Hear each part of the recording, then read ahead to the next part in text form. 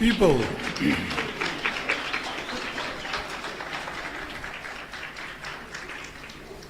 that's beautiful, huh?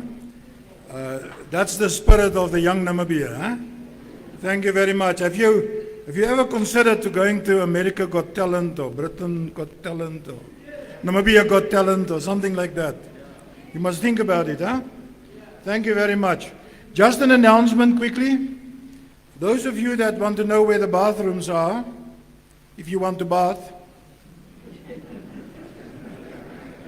you go out through that door, you turn right, you continue around the corner with the corridor, and on the left-hand side, you will find the bathrooms. Feel free to use it. Okay, I think we are on good time as far as our program is concerned. The next component of our program is where a number of individuals will have special messages to the convention and to Dr. Itula.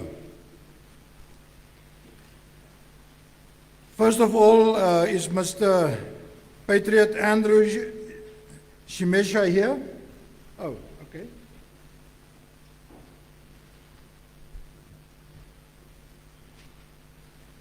Thank you.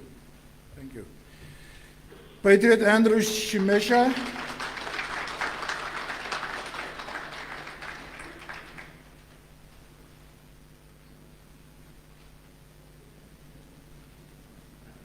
Is that the Patriot coming? I think by Sunday we will all know each other. But you know, these masks, these masks are very interesting things, you know. I will walk into people that I know and I will never know it's them. Huh? Jackie, I don't know whether I should tell this one.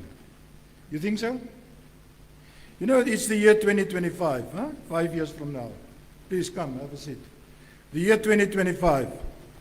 And there's a 5-year-old little girl asking the mother, Mama, Meme, Mama, who's really my father? She said, really, I don't know. You know, he had a mask on. So, yeah. On this very bad note, let me introduce to you Patriot Andrew Shimesha. Is that right? And you have a very special message to deliver.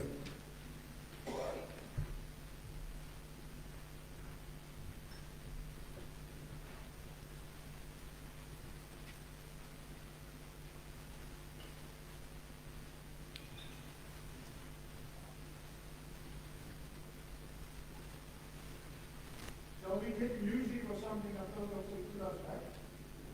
Please, I think you would like to hear this, huh? I believe the message is dedicated to all patriots, including Dr. Itula. Yeah, we can just be patient a bit while Doctor is getting back. We have learned that you have just escorted the bishop outside. Then we will deliver our compatriots' message of solidarity.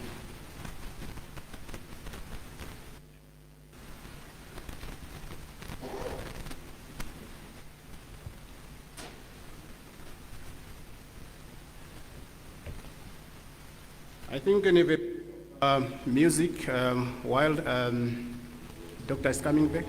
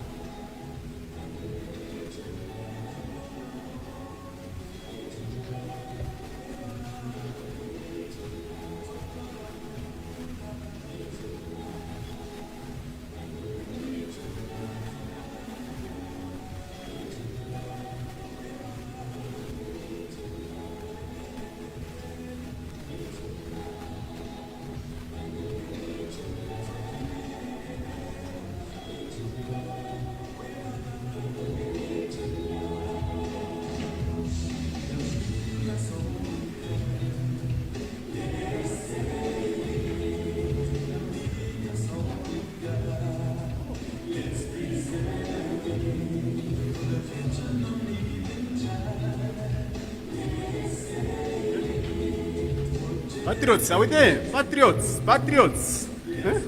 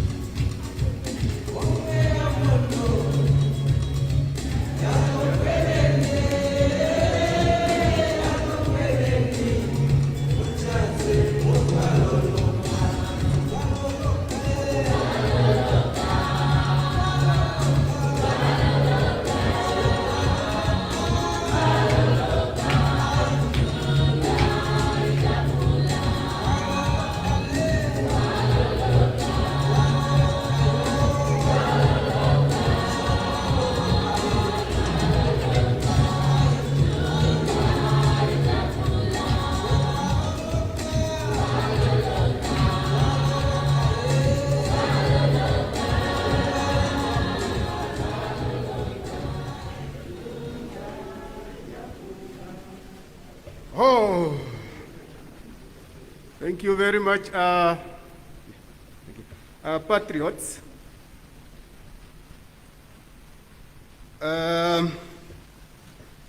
Actually, we are, before I start reading these solidarity messages, we should continue to take note that we live in a multi-democratic society whereby we have our partners in the struggle to save Namibia.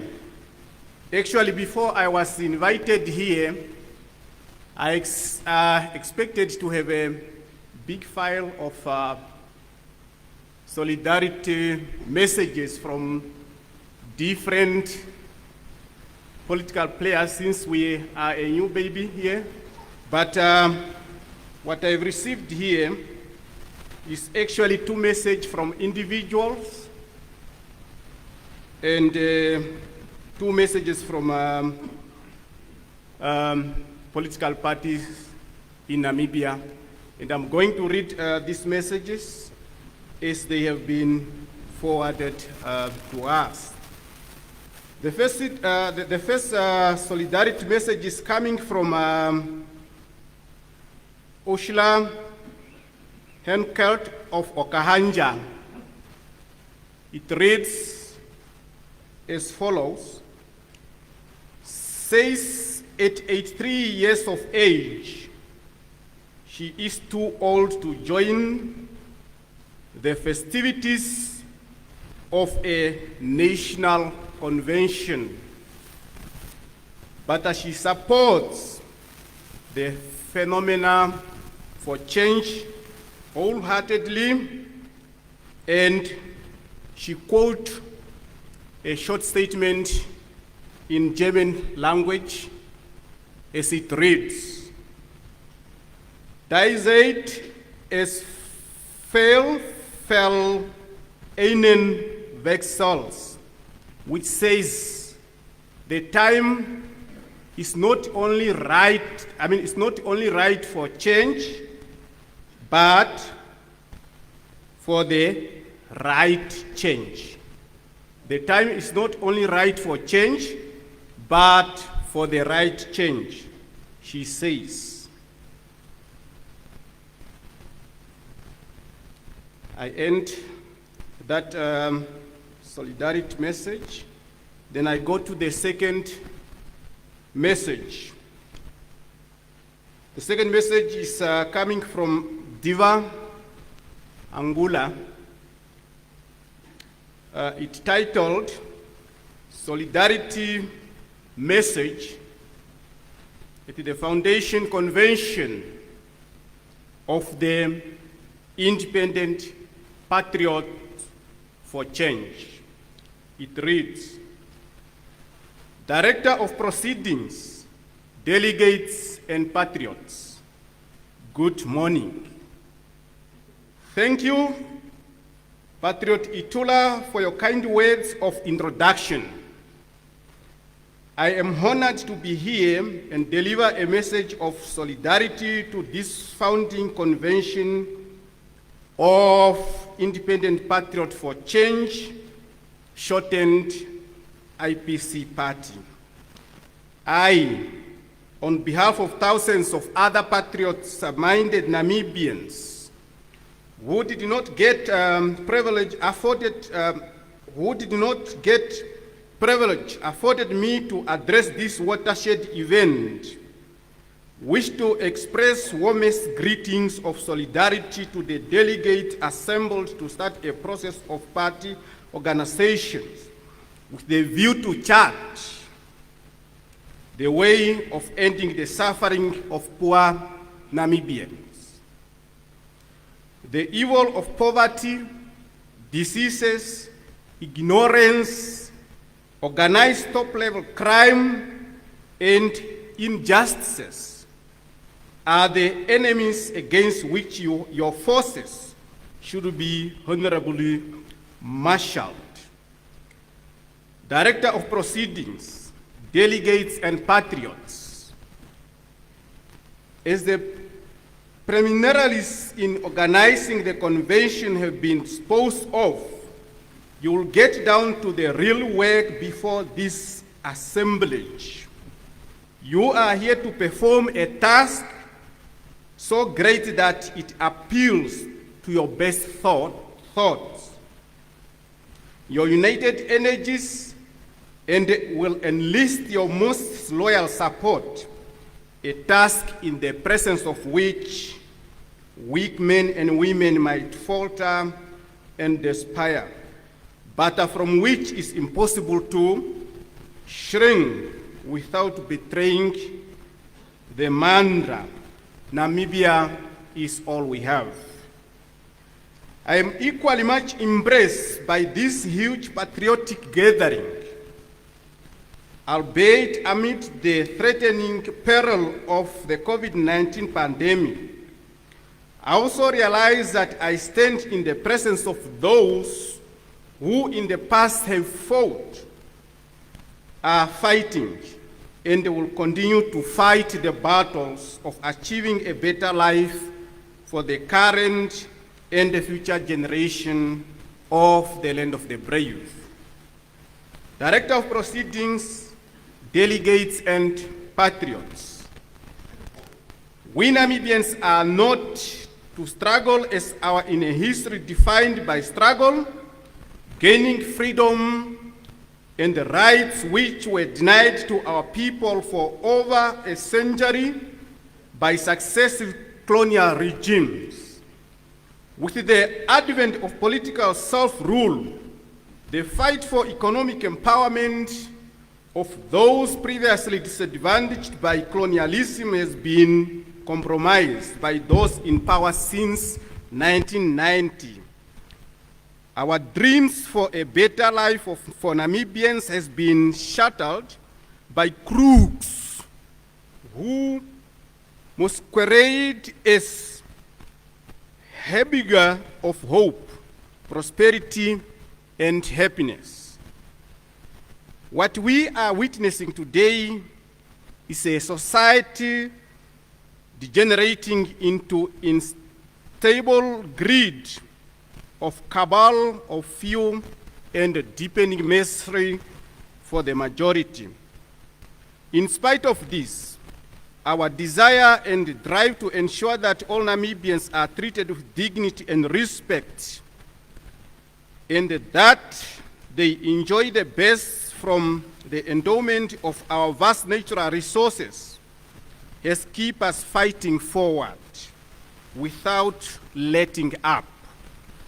It is this fighting spirit which has defined us as the land of the brave. It is this fighting spirit which will see us through this quagmire of nepotism, favoritism, patronage, and cronyism. These vices are the lowest and least imaginative form of corruption that have adversely undermined the lives and livelihood of our people to this day. The level of corruption in our country is symbiotic of the levels of moral decay that have engulfed our being as a nation. Namibia today is drowning in a have all, possess all mentality that has become an endless orgy of spend and gain by hook and crooks. Political position and the power have become keys to accessing resources meant for the general goods and converting them into private goods. Namibia must be sensitized to harbor the corrupt and not celebrate them. Director of Proceedings, delegates and patriots, it thus goes without saying that you are about to embark on a thought, yet glorious path to change to restore the dignity of our people and save Namibia from the current ruling elites who are engaged in self-enrichment schemes while the masses of our people are singing in a bong of poverty. Surely, such people have no moral fiber or a single patriotic conscious bone in them. It is therefore vital, if we are to restore the dignity of our people and break the cycle of poverty, that we address the prevailing social and economic inequality so that there can be a peace and prosperity among our people. This will also give us the chance to heal the wound of our colonial past. The task of restoring the dignity of our people is of supreme importance. This should be stressed in no uncertain terms. And I'm very happy, and our people are waking up. Namibia is in the midst of an overdue national conversations about ending the rampant corruption, as well as the exigence for radical social, political, and economic change. Our people want change. Together we can. Yes, we can.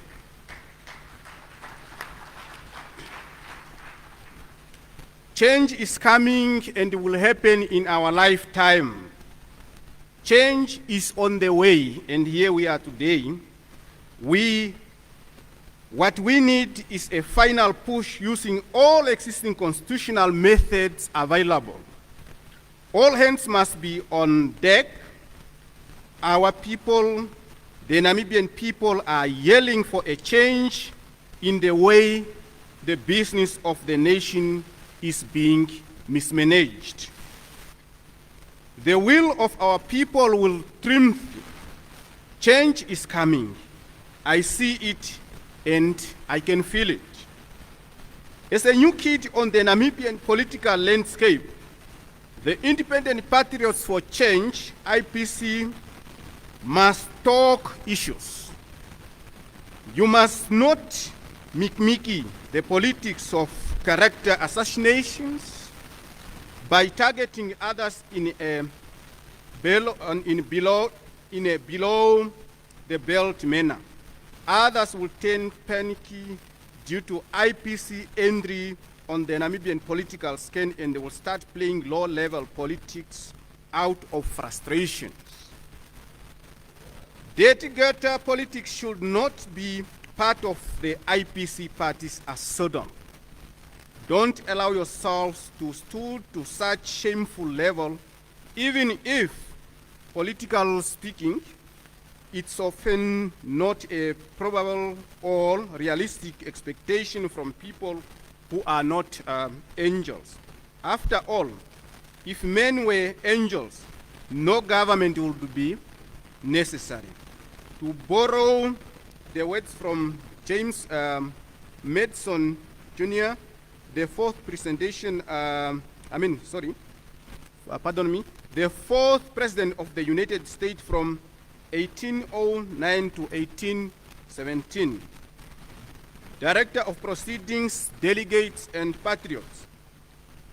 Some cynics already are charging you with being assembled here for the purpose of plotting the demise of the Swapo party. In my view, the unity and the working of the party is already disrupted by the slate politics within.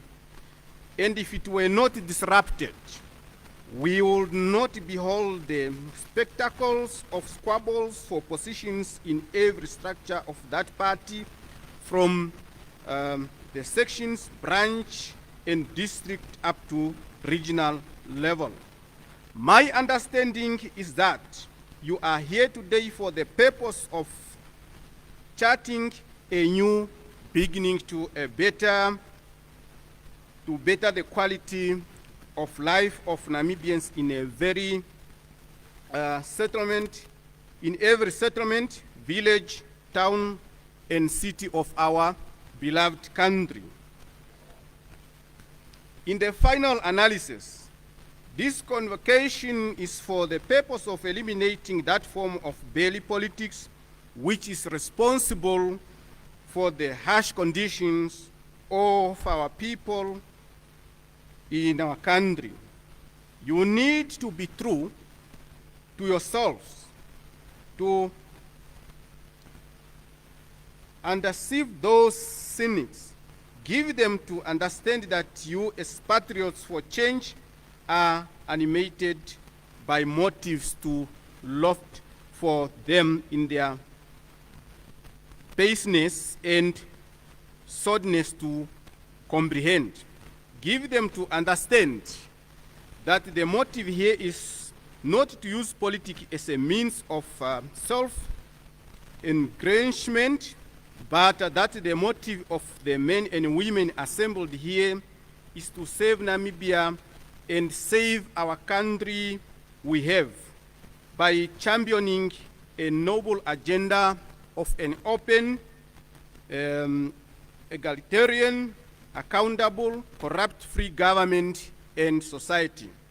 Director of Proceedings, Delegates and Patriots.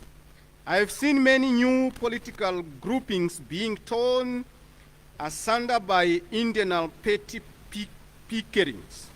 And I am of those who believe that if we get together in the true patriotic spirit of a better Namibia, unnecessary differences will not surface if you confront all issues before with your intelligence combined, acting together in a concert, all animated by the same higher resolve to form that great party of Independent Patriots for change, so necessary to save our country and extricate poor Namibians from destitution.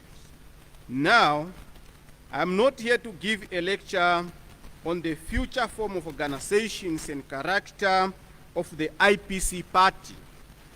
To quote from the Russian revolutionary Vladimir Ilyich Ulyanov, better known by his alias Lenin, it's not our business to grow wheat in flower pots.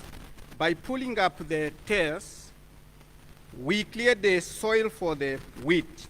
And while others are tending their flower pot crops, we must prepare the reapers not only to cut down the tares of today, but to reap the wheat of tomorrow. But let me suggest in a few words that to accomplish its purpose, the IPC party must be a broad-based national organization. It must be an organization of patriots capable of maintaining the energy, stability, and the continuity of political struggle. The IPC party must be the embodiment of the aspirations of mainly the marginalized masses of our people, the poor of our society. It must be the party of the ranks and files. It must be so organized and so guided as to appeal to the intelligence of the people nationwide. The character and the main content of your political agitations must be well thought out to reflect the prevailing reality in our country. And if you succeed, as I believe you will, in informing such a party, its success is a foregone conclusion. Now, let me say in closing, patriots, and I have tried to condense, not wishing to tax your patience or take the time of others. For I believe that in such conversations, and it's more important that we shall perform than we shall make speeches. Let me say in closing that you and I and all of us who are here to enlist the services of changing the way our country is being run need to have faith in each other, not the faith born of ignorance, frustration, and anger, but the enlightened faith of altruism, of self-sacrifice. We are in a precisely the same position. We depend absolutely upon each other. We must get close together and stand side by side, shoulder to shoulder. We know that without unity, nothing is possible. That it's nothing impossible. Thus, the importance of forging unity and having a common purpose in a patriotic conscious grouping that strive to bring about much needed change in our society. We must strengthen and increase our collective actions to renew the energies of true patriots for change, much needed in a country where self-centeredness and unsustainable, unequal patterns of life and lifestyles are promoted at the expense of the improvised majority of our people. Director of Proceedings, Delegates and Patriots, we are at the crossroads. Namibia is hungry for change. The momentum is swinging the way of the patriots for change. You dare not miss this historical opportunity. A renowned strategy expert, William A. Cohen, advised, seize the initiative and keep it, while USA General George S. Patton said, I don't care what the enemy intends to do. I only care about what I intend to do. Patton knew that taking the initiative is always critical for any strategy. Thank you. God bless you and all the work you are embarking upon. As I've stated, this message came from Diva Angula, and is one of our patriots.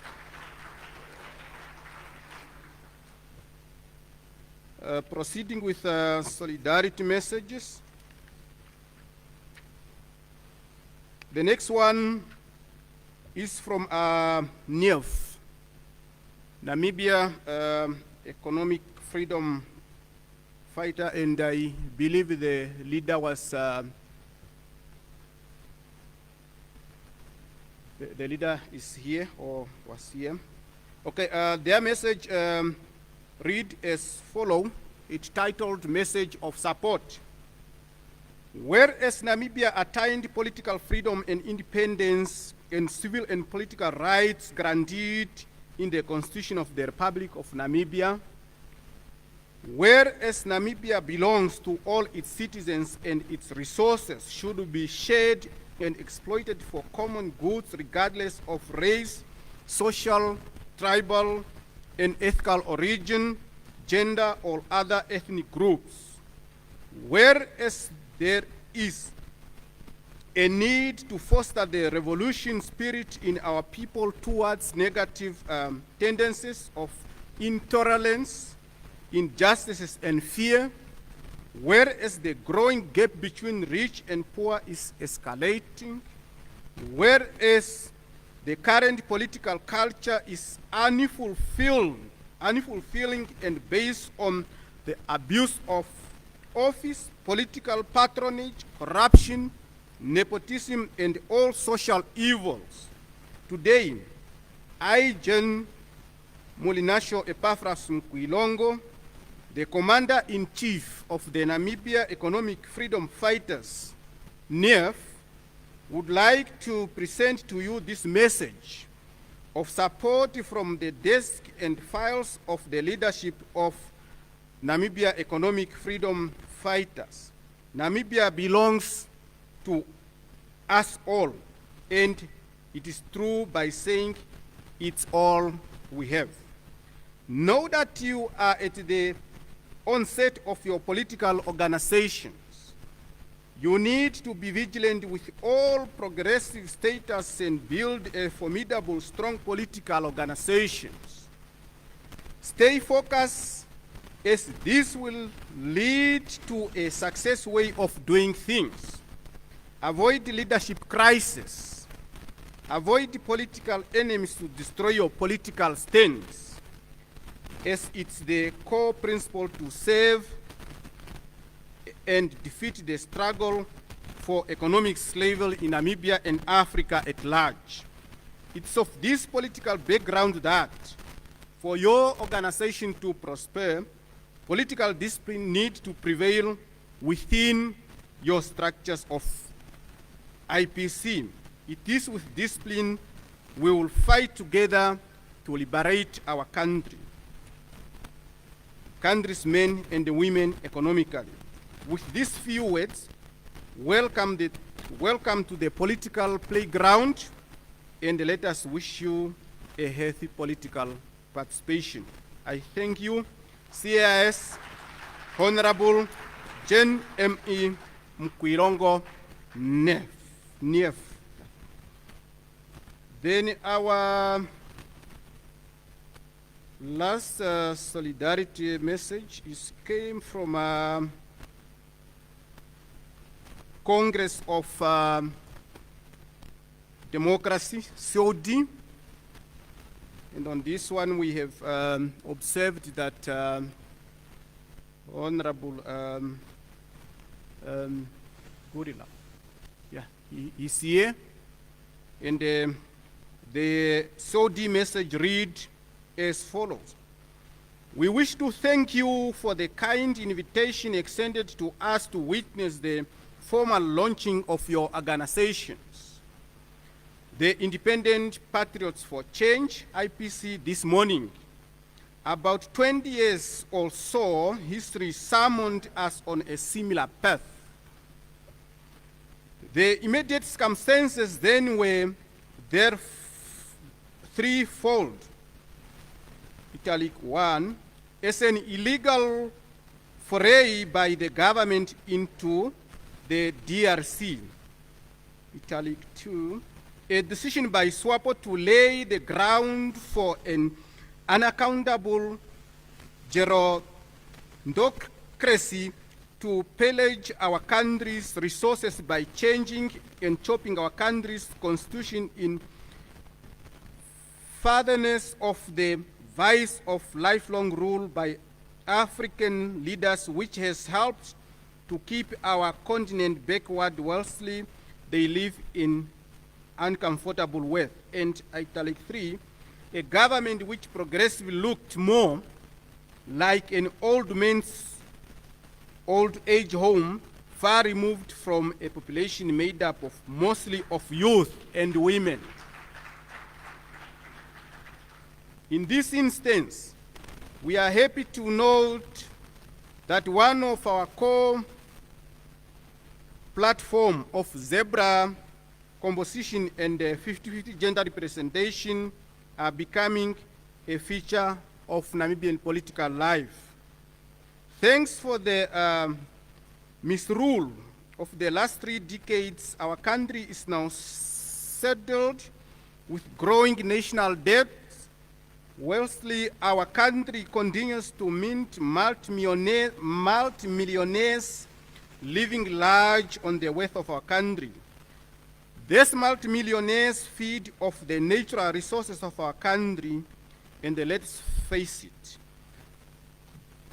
blatant looting of the treasury.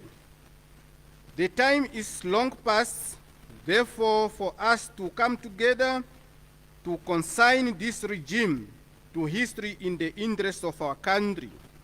As one of the countries whose independence came late, we have witnessed how those we entrusted with power have often played fast and furious with the Commonwealth. Perhaps the time has come that we have something similar to the Zondo Commission in South Africa to probe the scales and depth of corruption and malgovernance in this country. For all these reasons, we welcome the launch of your organizations this morning. We believe that as we work further down this road and we'll find a formula on how can we work closer as we march down to 2024 and beyond. Welcome to the battleground of Godspeed. Patriots, those were the solidarity messages from individuals and some of our political party already on the ground. Namibia is all we have. Let us save it.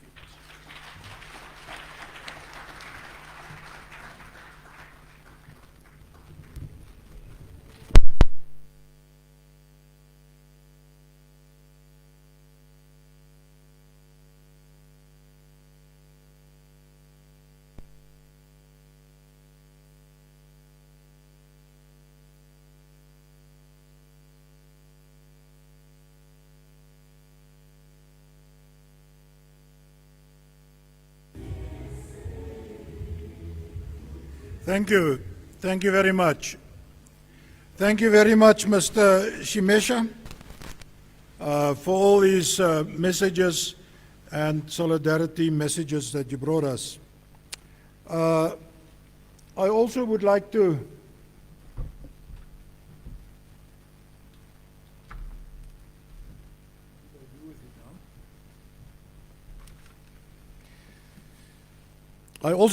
acknowledge the presence of Mr. George Kambala from the AR movement. Are you here? Oh, George Kambala, welcome. The next person to deliver a message or make a statement is Mr. Lungameni. Mr. Lungameni, you want to come to the front? Please. While he's coming, can we just quickly stand up? Yes, let us stand up and stretch ourselves a bit, huh? Do this.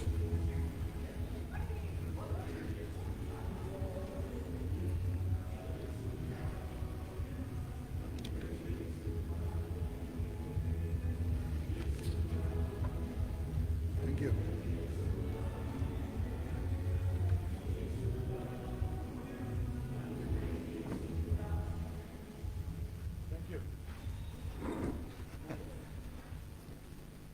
Yes, I thank you. I thank you very much.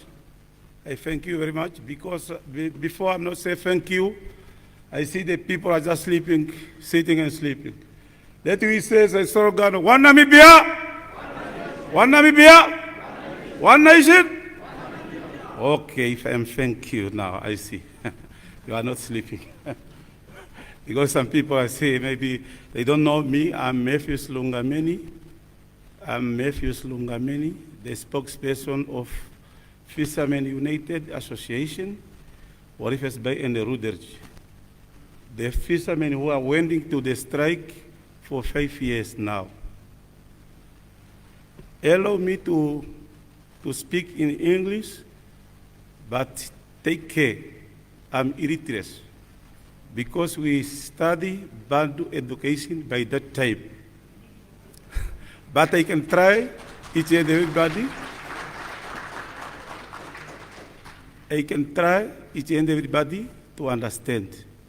Because not all of us, we speak one language, but the Constitution is indicate you can even speak to your own mother language, especially in Article 19, culture. Yes, but for now, we can try to go ahead. We try to go ahead with official language, English. Before I'm not started, I just want to thank you to this opportunity which I got for invitation, as a special invitation to come here. First, I want to thank you to the Director of Ceremony, Master Kluger, and I thank you to which we call the player, but Pastor Lucas Katenda or Bishop, I think so. Is it Bishop? Because I heard only in the radio, it's the first time to meet with him today. Yes. Don't feel confused, is a pastor or maybe, or let me continue. I just want to give you the historical shot for the fishermen. Since 26th of October, 2015, up to now, we are still in strike. Yes. We have the leader of this country. We have knocked on the door of this country. We have knocked on the embassy. We have knocked to the peers. We have knocked to the current president before, Prime Minister. And now, as he comes to the seat of president, we were there to the State House. But there's nothing solution.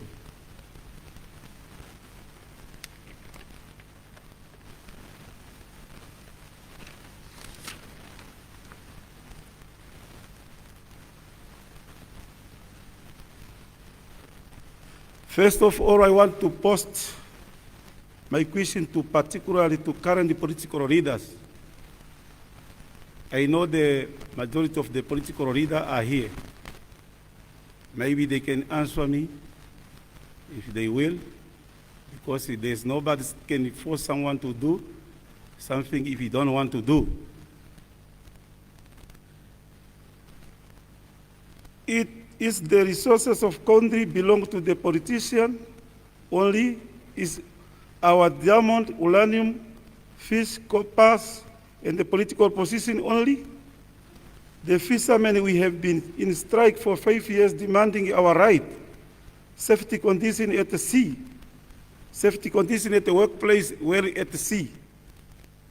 Like Section 17, overtime, and Section 19, night allowance, as per Labor Act of 11/2007, as indicated. The fishermen are working more than 22 hours per day consecutive without sleep. But they didn't get anything from overtime or night allowance. Do you understand? Section 42, subsection 1, is indicated that if there is any reasonable that the safety or condition at the workplace is not safety, the employer may leave the place of work as long as he informed the employee. It's what we did. It's what we did. Then later, the politician, because they are the owner of the fishing right, 95% of parliament, they are the owner of the fishing right. I'm correct or I'm wrong?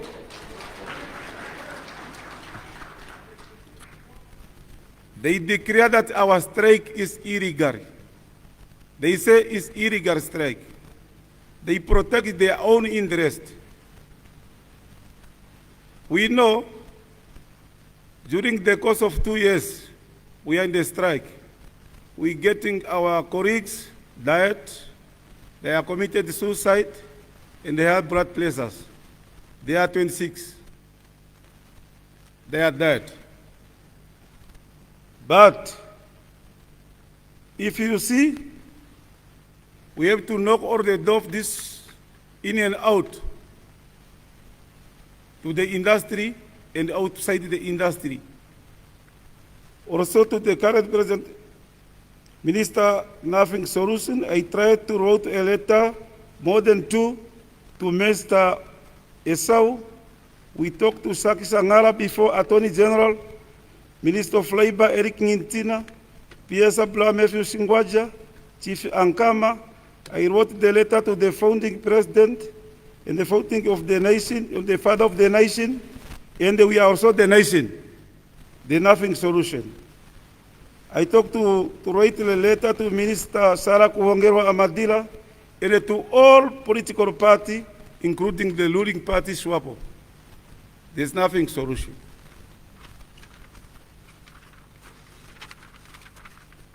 What we hear today, we heard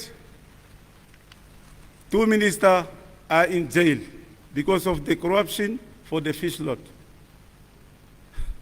They protect their own interest, but they said the fishermen, they are in an illegal strike. Let me tell you something, in short. I'm working for the company, what we call Fisco. Fisco is the joint venture with Sea Flower. Sea Flower, the government have 20% in this company. C-Corp is the company from Spain. Then the name is come together, Fisco and Sea Flower, then they come Fisco. Sea Flower and Fisco, understand? They come joint venture that they make Fisco. We was having a CEO, Lonnie Copen, for a long time, maybe for 10 years, because I employed there for 13 years. Bernard Esau, he took Maikang Ipunya from his office in the Ministry of Fisheries in Windhoek. Then he sent Maikang Ipunya to Sea Flower, which is called Fisco, to be a CEO. So that when they are in the sock ground, one in the back, one in the front, then they can score. Understand? See what they did. They suspend me for 1 year because I talking the truth. But I won the case. Then they pay me money for the whole years. See what they did? They having the system of rule and debating system. The rule and debating system to the workplace is very, very dangerous. Because once you are there, you try to convince the workers so that we can united. One of the workers, he go to the superior office, I say, maybe we say this and this and this. And from that, the slogan of the workers, you know, united we stand, divided we fall. Is where the workers going to fall down. They going to report slow by slow. Then they say the one who give the politics here is Matthew. Then they suspend me. But nevertheless, I was winning the case. I just go for the holiday. I have a letter for holiday with a stamp. But once I come back to the work, they dismiss me without hearing it also. It's what they did. Yes, we just explain what and what. Here there's a company for Icelandic company. They have 3 vessels, which is called Gisa, Saga, and Inesta. Those vessels, they catch the fish is from 2014 up to 2015. What they did, Benatayasau, we having a 2 vessel patrolling for the fishing patrol. He said there is no diesel for the fishing patrol to go to patrolling the sea. He stopped. One day I go to the radio, Eagle FM. I said the businessmen try to make a contribution so that the patrolling vessel to go to the sea. Because I realize I have a family, a friend who are employed by that time. Some is observing, fishing observing. Once, fishing observing, talk to the captain. Captain, he take the telephone, then he call to the officer of the fishery in Werfes Bay. Later, they call the fishing observer, telephonically call from the officer to the fishing observer in the sea. I would they want to disturbing the people who are working? You know what? Those vessels, they just going to catch to the shallow water where the fish getting the baby hake or baby fish and eggs. Here's how it's not only store the fish lot, but also destroying our resources. You understand? The fish is like a woman. Once the woman is pregnant, the time is coming to get a baby. He go to what we call Okanyofi in the hospital to go to get a birth. It's what the fish make. They're going to the shallow. Because they want to make quickly a catch, they stop the fishing patrol so that they not go to patrolling to see if the vessel is to the shallow waters. Those 3 vessels, they indicated that the catch with catch per day here in Namibia to Icelandic, they can catch for the whole years. But here it's just 1 day. You understand? Those people, they are making money for 3 to 4 people, where the people for the Namibia are starving and jobless. Let me tell you something. In 2003, I was in Spain, in Vigo. I was with my captain, Ruiz. Captain Ruiz, he tell me that I wonder why I see the people are standing to the door of the company here in Namibia, where you're having only the population for 2.5 million. We getting the job from the Sea of Namibia. We're going to make a job creation in Vigo. We go with him because he's my superior. We go to all of the factory there in Vigo. Then I see the book. Then I get the people who are work there is 3 million getting their job from our sea. He said he know that here there's a defense, there is a hospital, there is another sector, transport and whatever in the government and the private sectors. But all of our Namibians in Naisin, we can get the job from the sea. We have a lot of the fish in our sea. Listen carefully.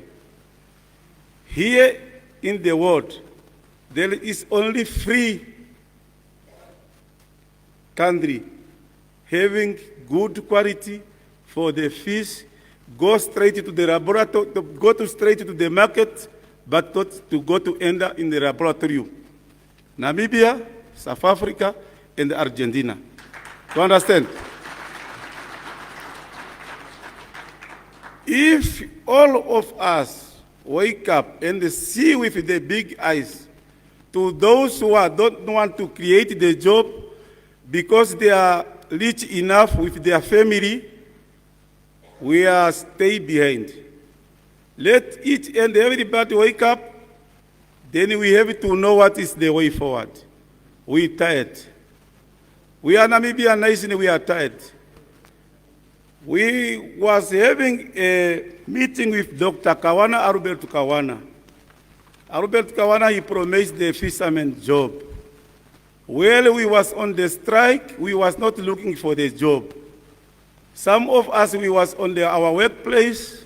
We worked for more than 20 years in the company, but they dismissed the workers. We fought any hearing. They dismissed the workers. We fought paying several pays as per section 35, subsection A and B. If the workers work for 12 months consecutive, you are entitled to get severance pay. You know how to pay the severance pay. You get 1 week per year. Understand your salary. Your salary per day is 1 week per year. I think each and everybody understand what I really want to say. Yes, they dismiss under the leadership of Bra Matthew Shingwaja. Once we going to seek the help of the master, Kenkobi was having more than 4,000 fishermen from Ruderich and Warves Bay. Then they brought us there to Okahanja Park, is where we sleeping by that time. They said we are the terrorists, we want to overthrow the government of Hake. They just to create. Hake, he called us. We was 10, then we go to the State House. We discussing, and he was full support us. Later, I heard he was having a meeting in Swapo. He said, fisherman, when you quarrel with your employee, did you come to me? Did you come to me? Did you come to me when you quarrel so that I can give you any ideas? You see what he said in Swapo. By that time I was not there, it's my colleague who was there. Later in Nuela, they write that Matthew Lungameni is angry with President. Well, I was not there. Then I go to the office of Nuela, then they make a 2-lane inside of the newspaper that they approach for me. You understand? It's what they did. Yes. By that time we was in the State House, President delegate Eric Ngintina so that he can solve the problem. Eric Ngintina, he called the meeting. Well, he called Sakshangala, Chief Ankama, Arvos Naruseb, Ms. Nokokule, and who else?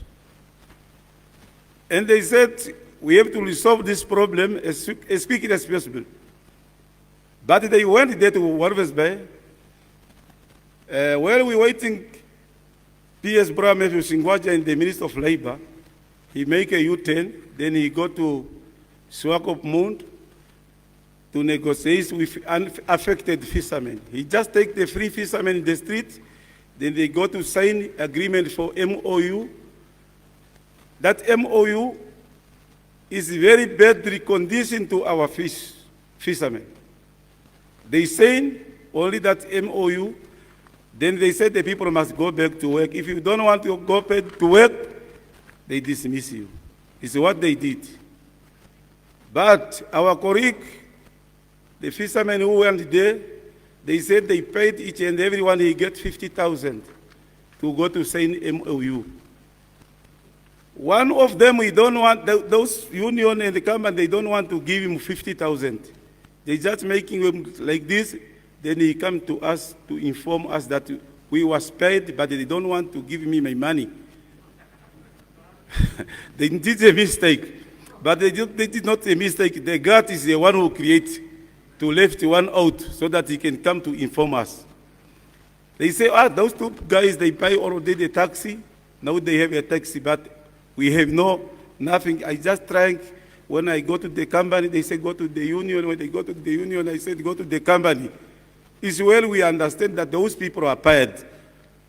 We're trying to struggling to be on a strike.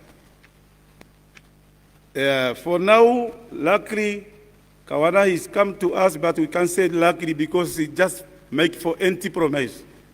To me, I say empty promise. We give it the job back. How can you give me job back if I was not asking the job? I'm asking overtime, my money overtime, which the company owing me. Overtime and night allowance is in the Labor Act, Section 17 overtime and Section 19 night allowance. But they don't want to pay the fishermen because the conflict of interest, they are own of the company. Then I referring the case to the Labor Commissioner for unfair labor practice. Labor Commissioner, he said our case is prescribed. Where this case for the labor matters for the right, it's costing for 1 year before prescribed. It was having only 2 days to left for prescription. For now, I decided to go to the High Court. Then I refer the case again. Our case number is 00178. If you go to the e-justice, 00178. If you go to the e-justice, then you have to see. When we go there, we find Justice Angula. I think he's a deputy judge president.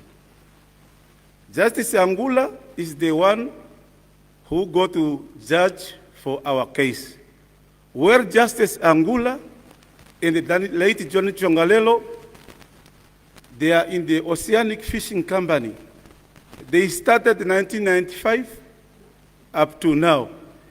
By the law, you can't go to judge something where you have the conflict of interest. And the Justice Angula, as from today, he don't want to recuse himself in our case. We give him the petition already. We give the petition to the judicial, but Justice Angula, he just want to carry on with our case. I don't know why, I wonder. Maybe I get any assistance from you. You can give me assistance because I have to wasting a lot of money to the lawyer. For now, our case is supposed to be on 5 next month because due to the problem, there's a quarantine for the lawyers. I think you heard what happened. Our lawyer also in the quarantine. It is next appearance because the case is still to the case management. You understand? The case is still in the case management. It will be heard maybe whether they can Justice Angula decide, because we want to review the case. To review. But he want to go ahead, he said, he's going to go ahead with this case in the High Court. He said in the High Court, there is also the labor matters. But according to my experience, the labor court, exclusive jurisdiction, it's exclusive jurisdiction. To the High Court, when he proceeding with the case, when he can proceeding with the case, he can postpone the case as many as he went. It's what he want to do so that the workers get the tired. I can give you that historical and short, but one thing I want to remind you is the last, we have Tunakor Company. The chairperson of Tunakor Company was right Tatekuru Toivo. It's everybody who know. And in Tunakor Company, they are the shareholder, the member of the parliament. And there are also the vessel, what we call Omake. I know maybe each and everybody who know who's the owner of Omake. Omake? This company is employing more than 4,000 workers. But all of the higher cases of COVID-19 are from Tunakor in Walvis Bay. While we are stage 1 in lockdown, Tunakor will just continue work. Understand? If you come out today here in the hall, you have COVID-19, they employ others to the same place. But they say to the workers, don't talk that you are from Tunakor. As from today, from the beginning, the Tunakor just carry on. More than 100 people having COVID-19 are from Tunakor. I granted that. And if you have, I have a family there. One day was in the quarantine. But the slogan, they say, if you don't want to work, you just go back home so that you can wait the coronavirus to stop. I'm fed up. I'm thank you to comrade.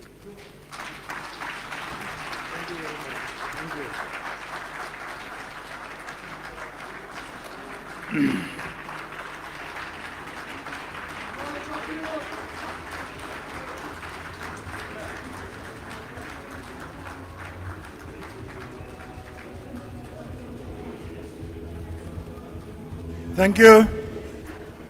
Let us move on the program. Thank you, Mr. Lungameni. The next message is by Tatekulu Toivu Ashipala. Tatekulu, are you here? Yes, he's coming. We are moving slowly. We are building up towards the climax, and that is when we will hear the keynote address.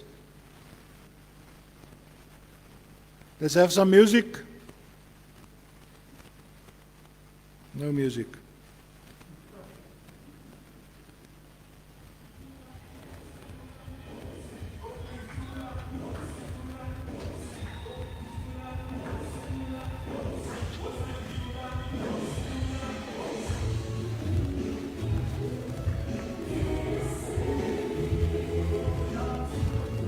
Thank you. Thank you very much.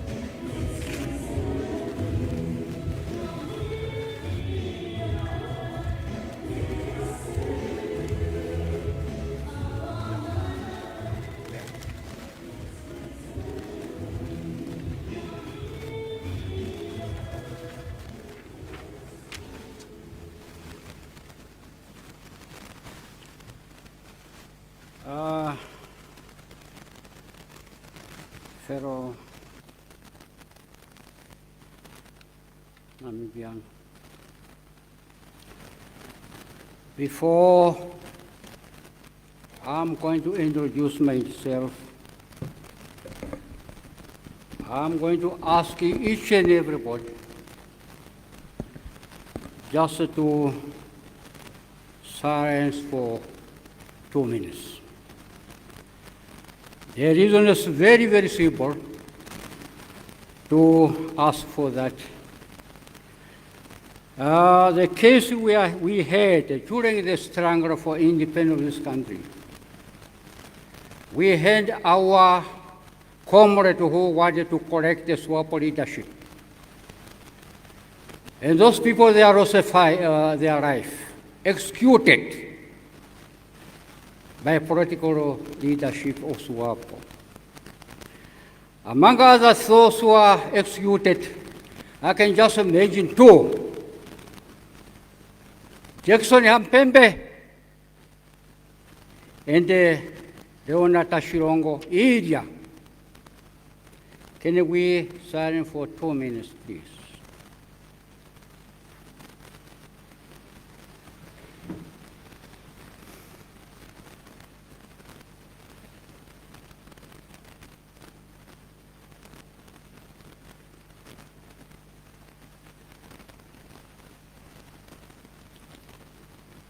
Thank you.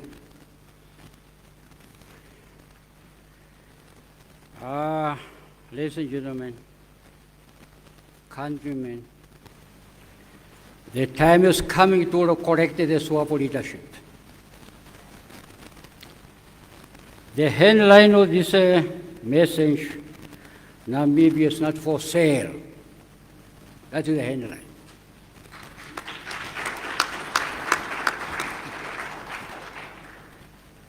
Introduction. My name is Toivo Ashipara.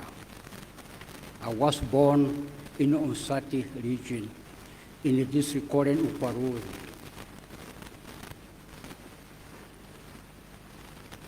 That is my name.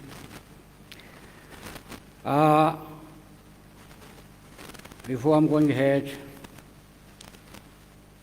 I salute IPC. Aruta! Aruta!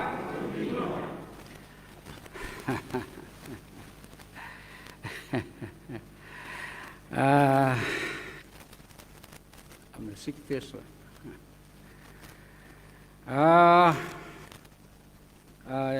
Come with me.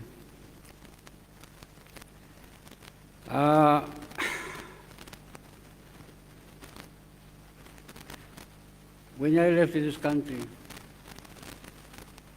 this was in 1936. I think most of you here, you were not born.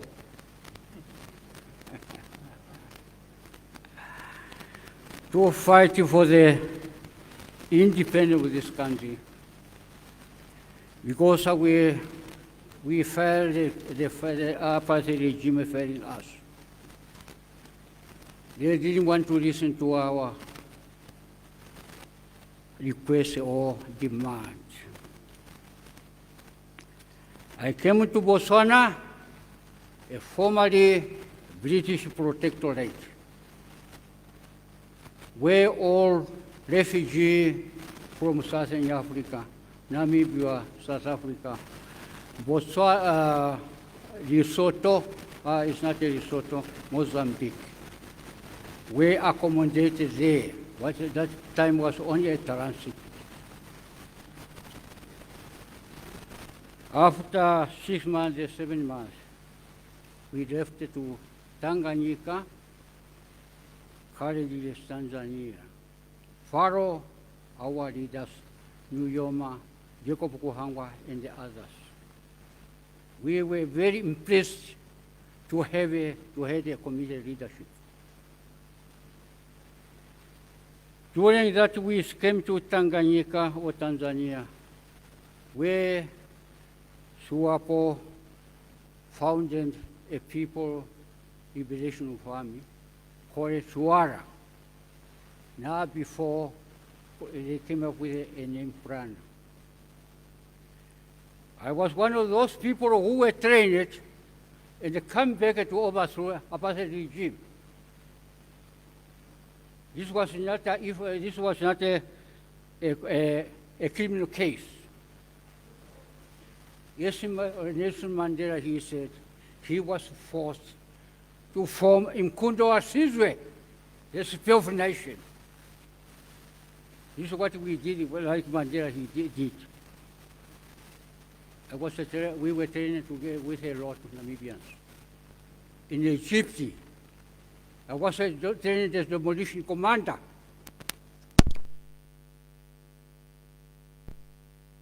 Committed for that. And later on, we found that Swapo was in the wrong directions, leadership. In 1966, while we were there, at a place called Kongwa, Nyoma came to us and they tell us he has intended to come back to Southwest Africa. I was one of those who stand up. I'm saying, Nyoma, what are you going to do? He said, yeah, I'm going there because of the apartheid regime. Tell the world that I was not chased out of the country. Then I said, no, you are already sending people inside already, back in 1964. Those who were already inside the country, under the commander of Masana Ngundu. And those people were they were already run by the apartheid regime. They were here. When he answered me, he said, I didn't invite anyone to follow me. If you don't want to listen to what I'm saying or accept, you can just take yourself and go and become international refugees. I'm saying, oh, we waste our time. And the two other fellow, Junior Sakanyeku, and the Kaufrane Piro, and the whole meeting, they were supporting me. All of us who were there, almost 90%, we were young people. On the following day, Nyoma called Masana Nyemba. And he told the Nyemba straightforward that those who don't want to listen or don't want to follow me, please get their name and send them out from this camp and keep them somewhere. If they want a scholarship, they can get their own school. This was happening. So now I came back, and we were left there together with other guys. In 1967, we took our decisions together with other colleagues. I was in the company of Shirungo Hawanga, Simoni Hinyotwa, Gerard Awene, and my brother is a junior brother of Andiba Toivo Yatoivo, Nestori Yatoivo. He's still alive here. We came to Kenya to become an international refugee, and we were establishing ourselves as a politician, and we were receiving a lot of visas. We wrote a lot of letters to UN during the Secretary General was called Usanda, born from Burma. We never lose our security or give up our security, Namibia, to be free. That is where today we are having this. How many of you are having this? How many of you? Put your hand up. Oh, sorry, thank you. I think today you are going to some way to get it. Nobody is going to ask you some money. It's a free. It's a free. That is why you can pay the power to say, I'm demanding for my right. This is what I saw in the papers, or when the Dr. Itula, when he is rising up, he is talking about the Constitutional Republic of Namibia. He never came out and talked without this or mentioning any article, because he knows what is right. This causing how many people are dying? More than 90% of it because of this. And then the current president, he said, what is so-called Western principle. He was the chairman of this, where this constitution was drawn up.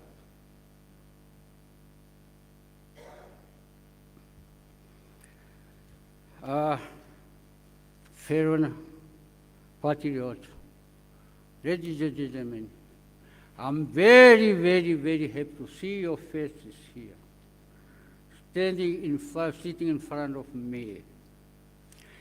My age currently, yes, I'm talking, I'm 85. I'm 85.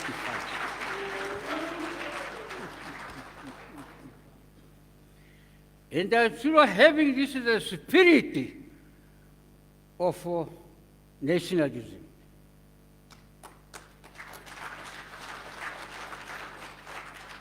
I'm living in poverty. I'm still one of those who are getting $1,300. I'm never begging anybody. I'm working for myself. You'll find me in the street. Selling tomatoes, selling sweet to support that $1,300. I'm still surviving. And you shouldn't say that, I'm telling the liars. I didn't get any cent for what my contribution I gave it to Swapo, to the liberation of this country. I didn't get even one. I had applied for that. I was next to Hidipam Tenya and Dr. Yake Hangara. That was 2008. And 3 years later, or 5 years later, I received a letter from what's so-called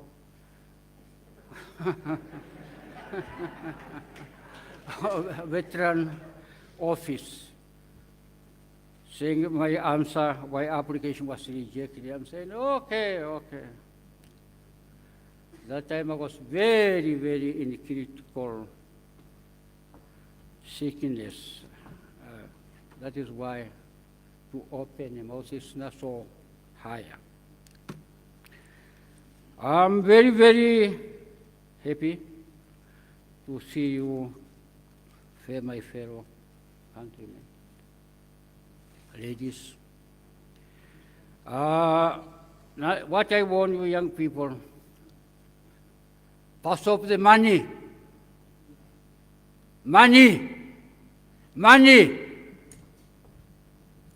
This money is going to disintegrate this party. Those people, they are fighting weapon like money. Because the Namibian people, they like money. When we were in exile, people are saying, the Namibian leadership, their intention number one formula is money, women, dressing nicely. These are the things we know by international people. And this is not a lie. Was not a lie. It's a true. This is what is going on here.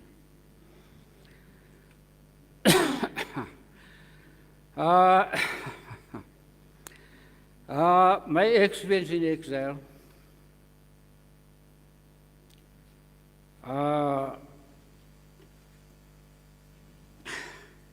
awareness of the corruption.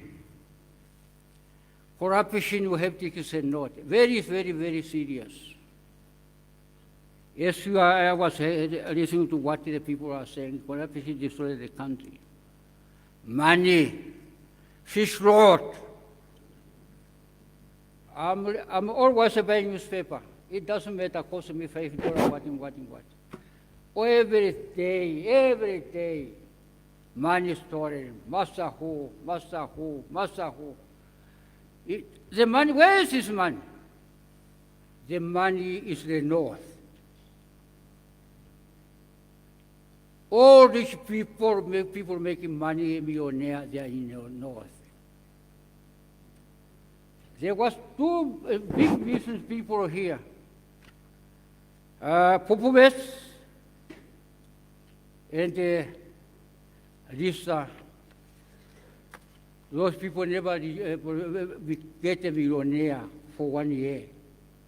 And the millionaire within this Swapo government, only one day, no $20 was stolen. Every day, it's 1 million, 2 million, 6 million, 7 million. Nobody could hear Mr. Soka's arrest. And those who are involved,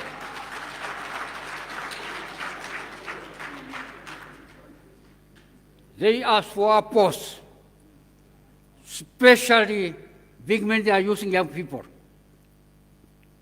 They are using young people because they know that young people, they can send them among their young brothers, sisters. Freedom and democracy.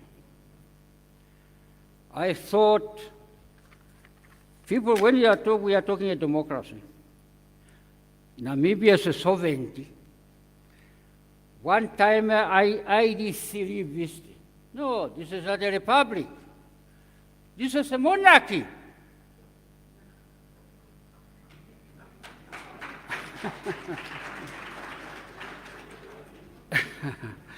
When you come to the monarchy, Swaziland, the King Mswati is the one who decided everything in Swaziland. All these young ladies from Swati, they are having machete base. Machete base. Machete base.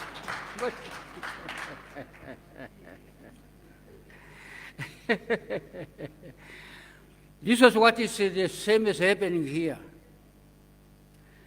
The use of our resource in a democratic Republic of Namibia. This is up to you, young people. I was watching you for many years. I was watching the young people for many years. Their food was cooked, but they don't want to come to the food to eat. When I'm talking the food was cooked, I'm talking the constitution already, we had the right to say yes or no. For 30 years, you never use the power of the people. You never use your power. You never use your power. Now I want you to start to use your power.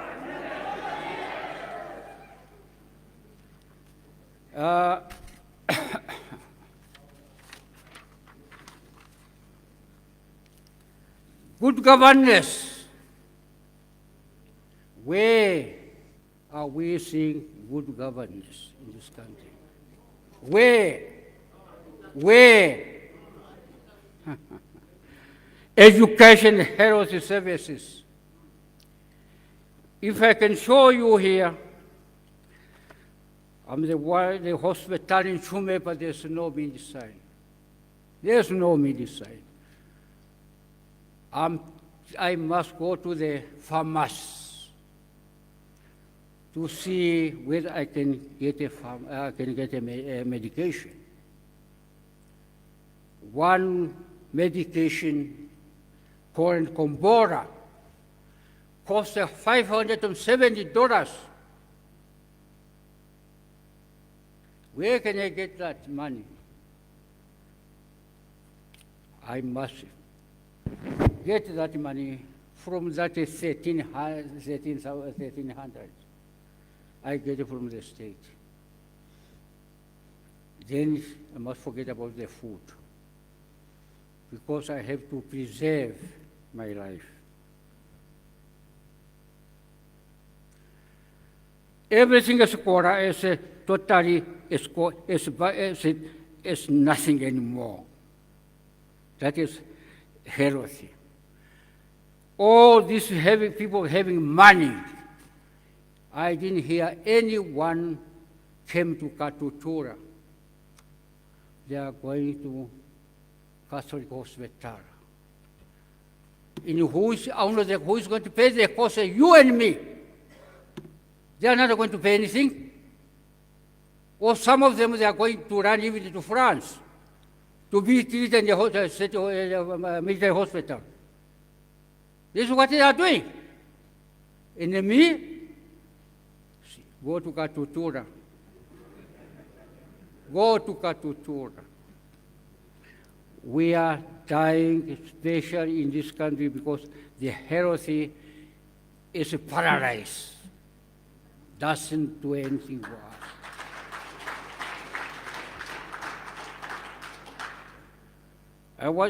My special doctor was a Nigerian. That is why today I'm standing in front of you. For 5 years. And the last doctor, that Nigeria, I don't know whether he resigned or I don't know what happened to him. I found one of the Kumban. I don't like this Kumban myself. Because of the way they are trained, I don't understand it. He wrote to me, he wrote my passport, refer me to somebody else there. When I came there, I found one meme, it's a doctor, a Kavango ladies. He read my passport almost for 30 minutes. He said, no, I'm very sick and tired for this. You are complaining hip, you are complaining back, you are complaining hip, you are complaining back. What is wrong with you? You can just go there to I want to see your blood. After that, you go to the X-ray, where they found that in my whole package, lips are sore, nothing. My whole right leg, they sore. So it's muscles. It's muscles also. She was giving me a special tablets, which I'm still using. I'm still in the hand of the doctors. I'm not free yet. The messenger to my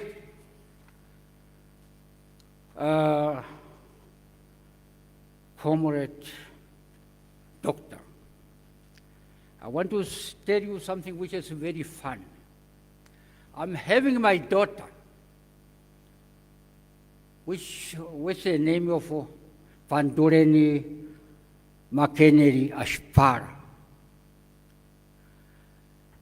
I given this name to my daughter, now before she was not born. The reason was very simple. The person who was one of the person who was leading 5 Western powers during the 1977 was Don McKennedy. That is why I'm given that name after that a prominent politician from USA, and he was a special emissary for the case of formerly Southwest Africa. My message to you, doctor, please do what we want, what the people want. Don't make your own decision before you consult your cabinet, as other people are doing here. Now somebody was voted and working with the people. He's talking like a Nalan in a tosha. I give you position, I give you the work, you don't want to support me. What are you saying? Now you allow the people to make a lot of what against the Swapo party. What are you? Eh? He doesn't know that people are now fed up. People, Namibian people now, what I can see is become mature. You are become mature. I told one of my fellow, according to some writers, Mushetungu quotation, a great revolutionary leader, he said, when you approach somebody, and he doesn't want to listen to you, leave him alone.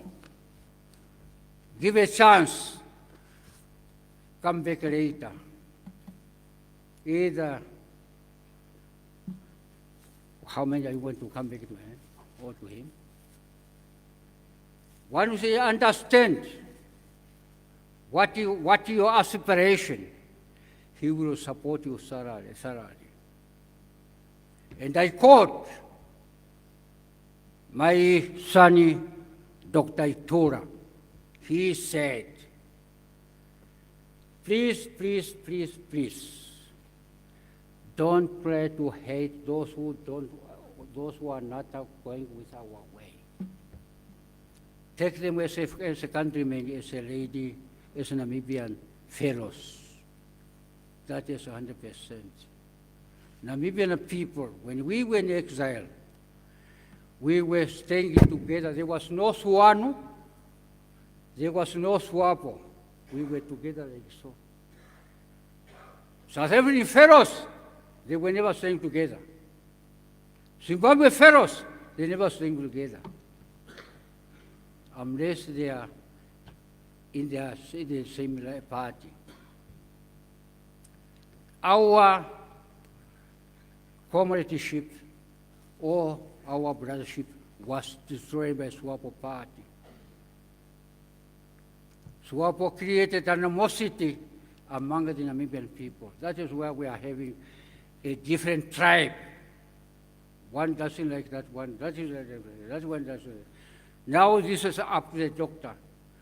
This opportunity yours to bring these people, Namibian people, in the same law. Passing through the same law. Viva! Thank you very much. Mr. Speaker. Thank you, Mr. Representative.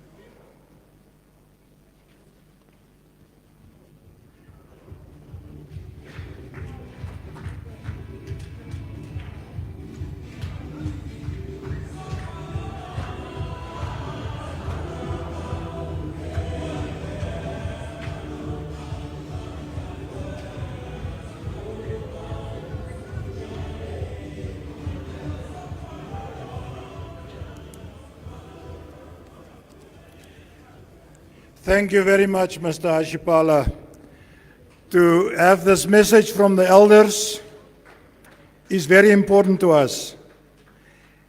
He shared with us his experience, but he also cautioned us that we must not fall in the same traps. And thank you very much for the faith that you put in us and in this leadership. And we will try to do our best. The next on the agenda, we are getting there. You know, you will agree with me, one thing we have enough in this country is time. Huh?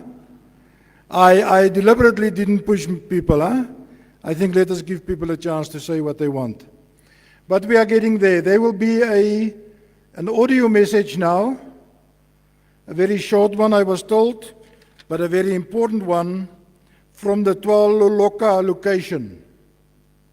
We all know what happened there recently. And there's a message.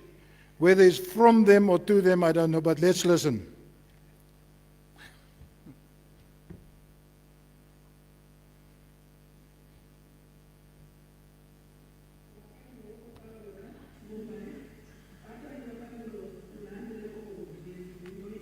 IPC state darwa nena mo mafikiri abali omujonti etatu moduloma abera abali no milongo mbali tangita tekalunga shatuma okana kae keweke tumangulule na kae metumo no moilonga gakufe Namibia momake mokanya kongoshi no momake pangelo lo ulingilingi no ukengelelezi obale livo imaliwa no maliko se obakalima obotwalo lokamombaye ohatuti kala no mwenyo ule ne ngono koni mayoye okotuli efimbwalishe no pelilonge kida nokutokola ukusikula efimbwalishe ondelinekela eshiisha epeninga kufse omweshi udanale katuna bali omaokololo asikena ndeonga ose itatushuna monima mopaife ngaha otwatunilwa ne tuje momutumba pambele wanga ashi atushiningishito otelinekela notuna omukumo kutya otulieni pamwe nande epangelo letu mangela mombaye se otwaloloka nedina letu italishenje nande bahala betupe omadina avo abakala betu nunina nale onzinekela oshawana manga okana nakaemetumo ngaashi Moses akufile Israeli muupika wa Engipiti IPC tukupa muupika wa alambe tangi kelongelo kumwe eshitalikalapo tate kalunga nekuwedereko enakale pamwe nave efimbwalishe otuliko nima yoye otwatokola ohatukushukula keshe apatoi na keshe shitoningi ohatushiningi ohatushitambula kono maokweli abali ashike hatukwanjeke mumakata kalunga oene engono okupangela keshe umwe yo ene engono okutokola malengo ntoni satana keshe oene engono oyo yanje engono konleri keshe outaduru kukulelo shiwana ningo nleri wo shiwana inoleri imaliwa inolelo malikwa talelwa kepangelo liliko inoninge pangelo lo ukanyamukulu ngasha batavishiningi tate onzinekela notwamona nale owetuponjila shashi apo peifo yango nekombada medina loe ngeno kwalipo ngeno mutu inatuka tunashe atumono sheka tunashingeno tashiva kala neengono tuyeni komesho ongo bakweita inatulingeni nayi natukala nituleni mewilimwe ngaashi nana ababaile kombada bakalelo shilongo shetu nande shibakajako bapo bebakupulashi batabe kala ina bebatarashika pa ibadidirika kucha oleta duru kala nabo IPC prikila komesho onkumono matokolo na uyepo mbada no mamakata tekalunga.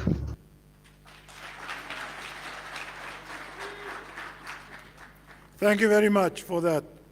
Next on our agenda is a poem. I assume the poet is Monica, Miss Monica. Are you around, Miss Monica? There she's coming. And she's got a poem, I think I was told,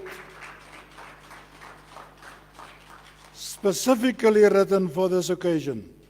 So please.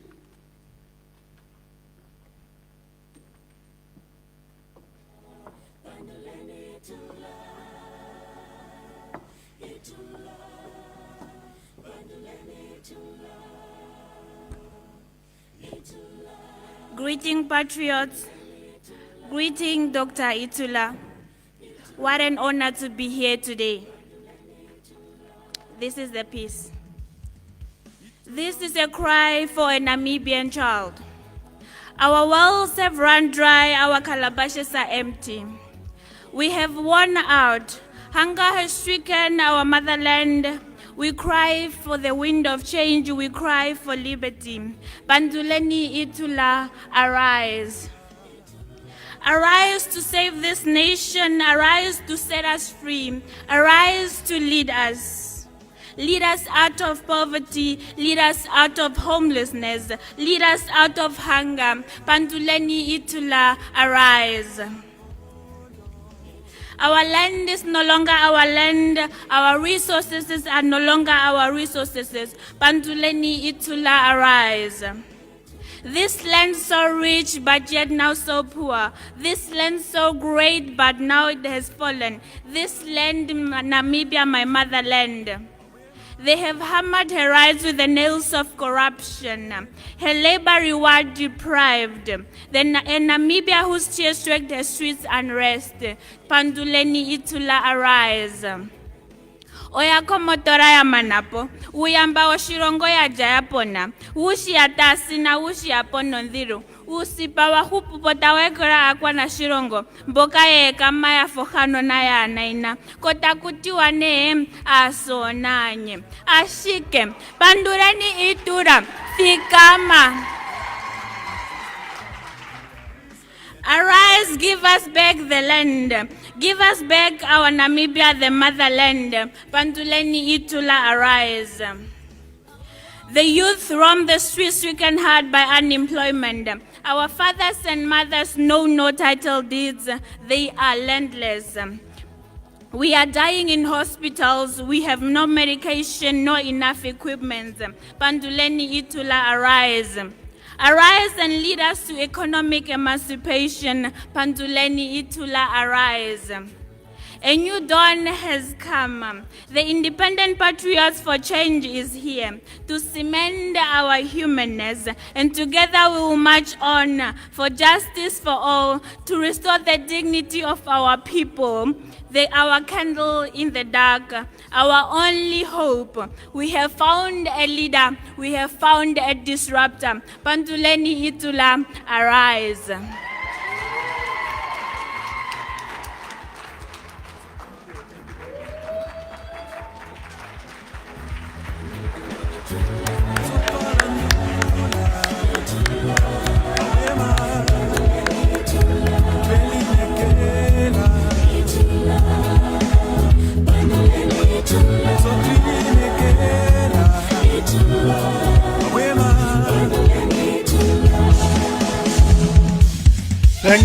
Thank you very much.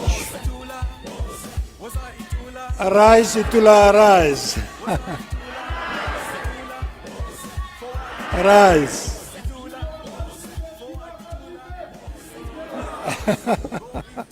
Yeah, I can see we are building up to what is ahead of us, what is coming. We heard it from the elderly, we heard it from the young.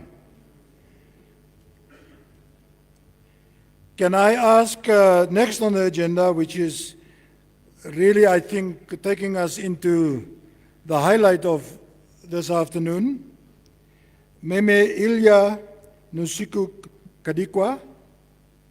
Are you here? Yes, here you are. She's the one that spontaneously started singing the African Union anthem. Thank you to her. And she's going to introduce to us Dr. Itula.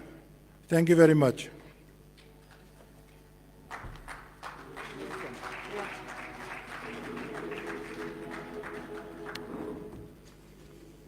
Director of Ceremony, Mr. Kruger, distinguished invited guests, fellow patriots, I observe and respect the presence of everyone in this room, and I greet you all.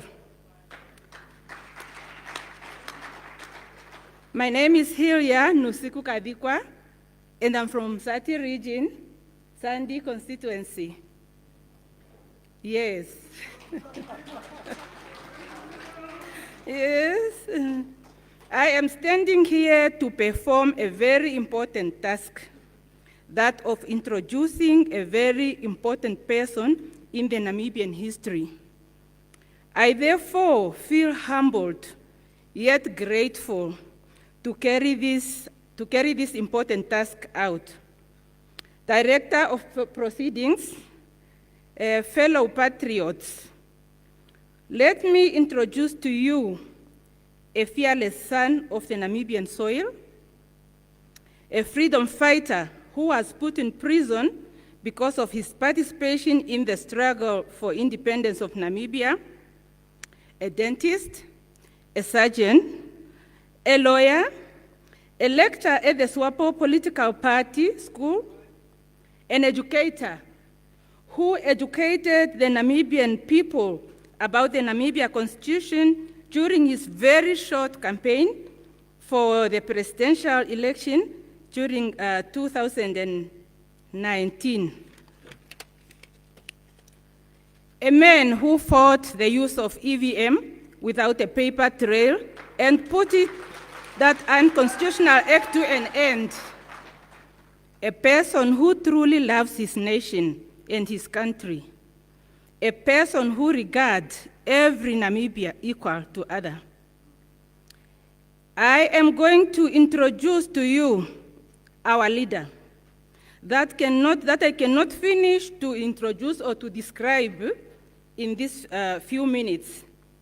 I am going to introduce to you our own leader, our selfless leader, who is a team player, for he is a person who always consults fellow patriots when he needs to make a decision. I ask all of us here to stand and shout as loud as we can as we are receiving him. I am going to introduce to you Dr. Panduleni Itula. Doctor, the nation is ready to receive you.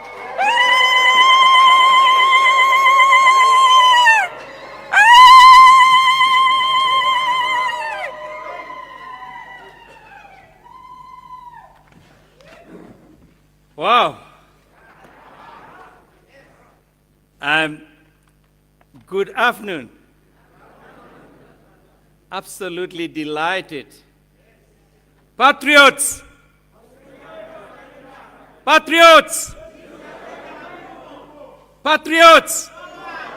Patriots! Thank you very much. Director of Ceremony, may I first of all change the protocol and thank the Patriots for being here, because without the grassroots participation in any event whatsoever, we cannot start to think about marching forward. We rely and depend on the strength of our people, and it's our people that we serve. Before I go any further, and while we are standing, we must remember that there has been so much that has taken place in the past months. We had the arrival of Corona. We had also the month of July, the month in which Kachikururume Hosea Kutako, 50 years ago, at the age of 100, passed on. And also in this very month, we had the few of the people that were afflicted with the deadly disease of Corona that unfortunately left us.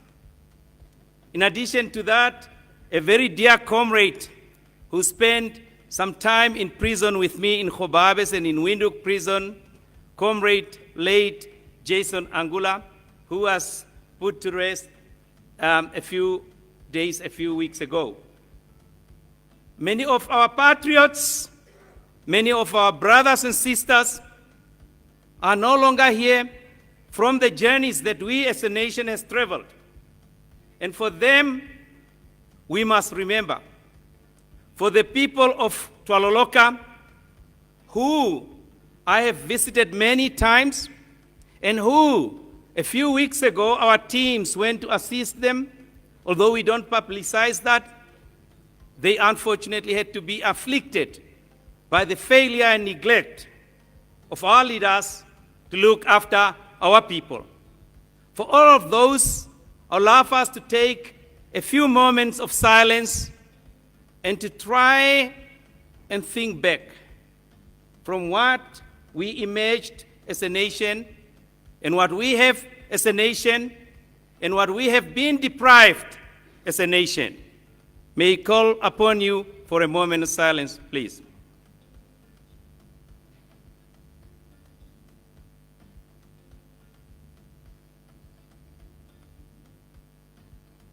Thank you very much. You may be seated.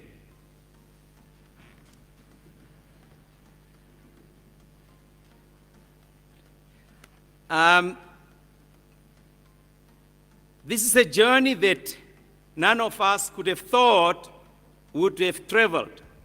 May I first of all take this opportunity to thank every one of you equally.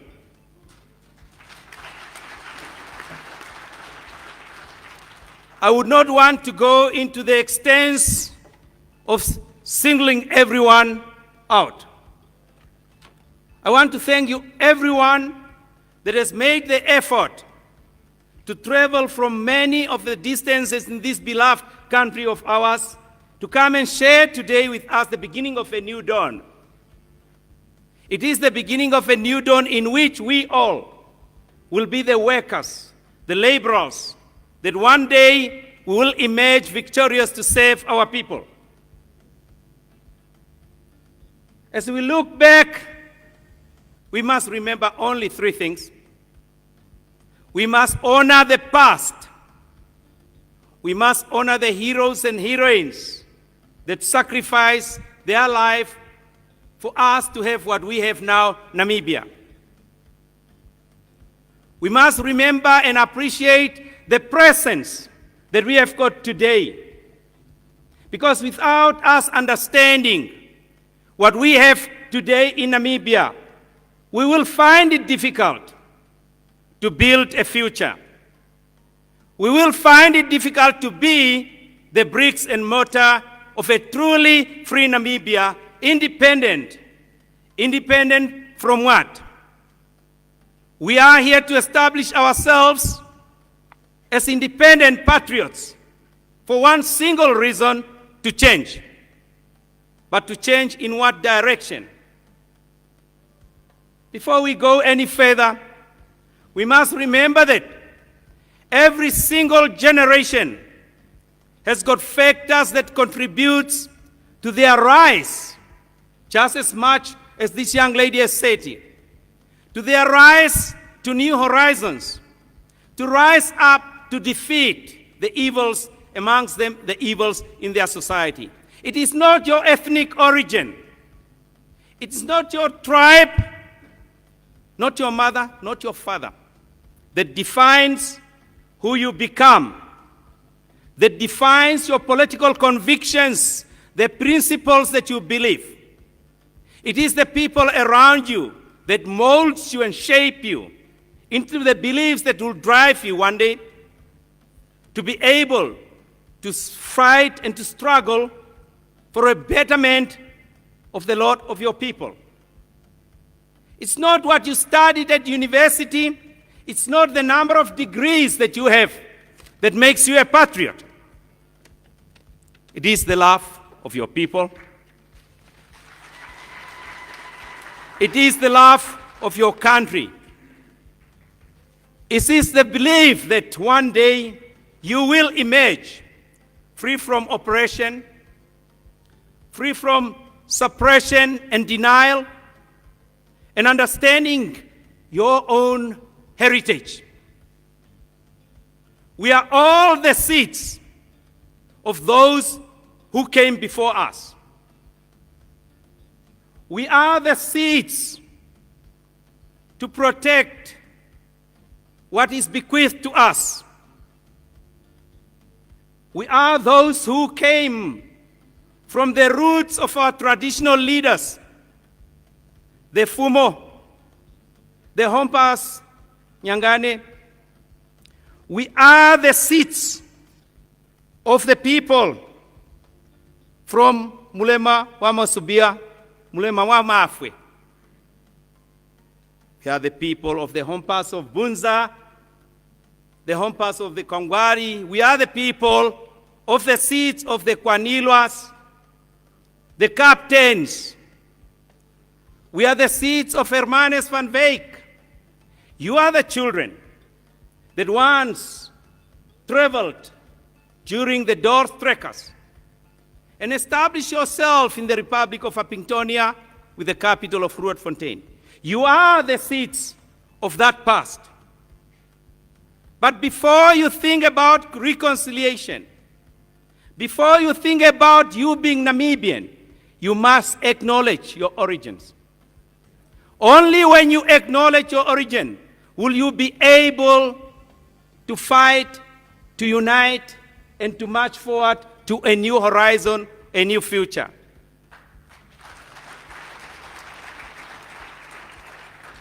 We did not only come from those. We came from Maharero, Kahimema.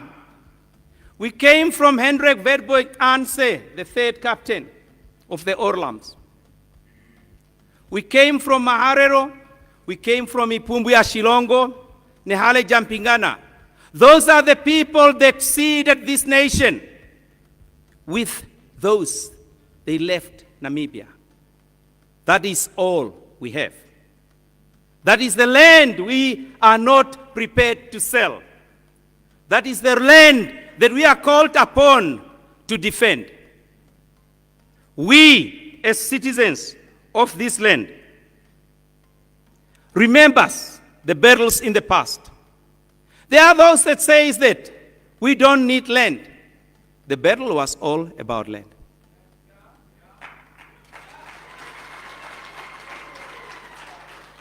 Those men and women that left this country to fight for it went to fight only for three things: the land, our people, and our resources. None went to fight for a political party. None left this country, many of them belonging to a political party. They went to fight. And I want you to take a moment, place yourself in the mind of a dying freedom fighter. What was his last wishes? For Namibia to be free and its people to be exploited and subjugated by foreign forces? Was that his wish? Is that why he sacrificed or she sacrificed her life? Put yourself in the mind of a political prisoner whose hands are tied on chains and tortured. What gave him the courage to sustain and to endure the torture? Is it because he wanted to come back and suffer once more and his people live in so-called informal settlements? Put yourself in the life of a conscripted soldier who had no choice but forced to go and fight against his own brothers. What Namibia did he want to create? Think about those ones who have been dragged in order to participate in a war of maintaining what was not theirs. Yes, we all came from somewhere. We all have intentions when we marched. But what is it that drives you? What is it that brought you here? Why did you leave everything else that you were looking after in the far past? We've had many people. Think about the lives of those who represented us at the United Nations. Yes, including Comrade Hake Kenkop, including late Comrade Theo Ben Kuridap, including the young men, Peter Kachavivi. All of them, when they left this country, they were only 22, 23 years old. Each generation has got the factors that defines how and when they are going to struggle and fight for their future. What is it then that drives human beings that seeks justice to unite? What is that driven you to travel that many distances to come to the capital of these beautiful 11 hills? To try and find an answer to the current predicament of our people. What is it that holds us together? Is it the injustice that is being inflicted against our people? Is it the pain that our people feel, as it was elaborated in the poem by this young lady? Is it the pain that the fishermen for the past 5 years were asking just one question: justice? And yet, they were asking from the very people who were inflicting the pain to them. What solution could they possibly have? Why are we here today when we thought that last year, as we participated in the independent candidates presidency, that we'll see the victory? It was there. But then, in violation of the supreme law of our land, the Constitution, the separation of powers, we found that our judicial system violated the very Constitution that created them, and considered that injustice, unconstitutionality can become constitutional. We are now lumbered with an unconstitutional president, an unconstitutional term of office.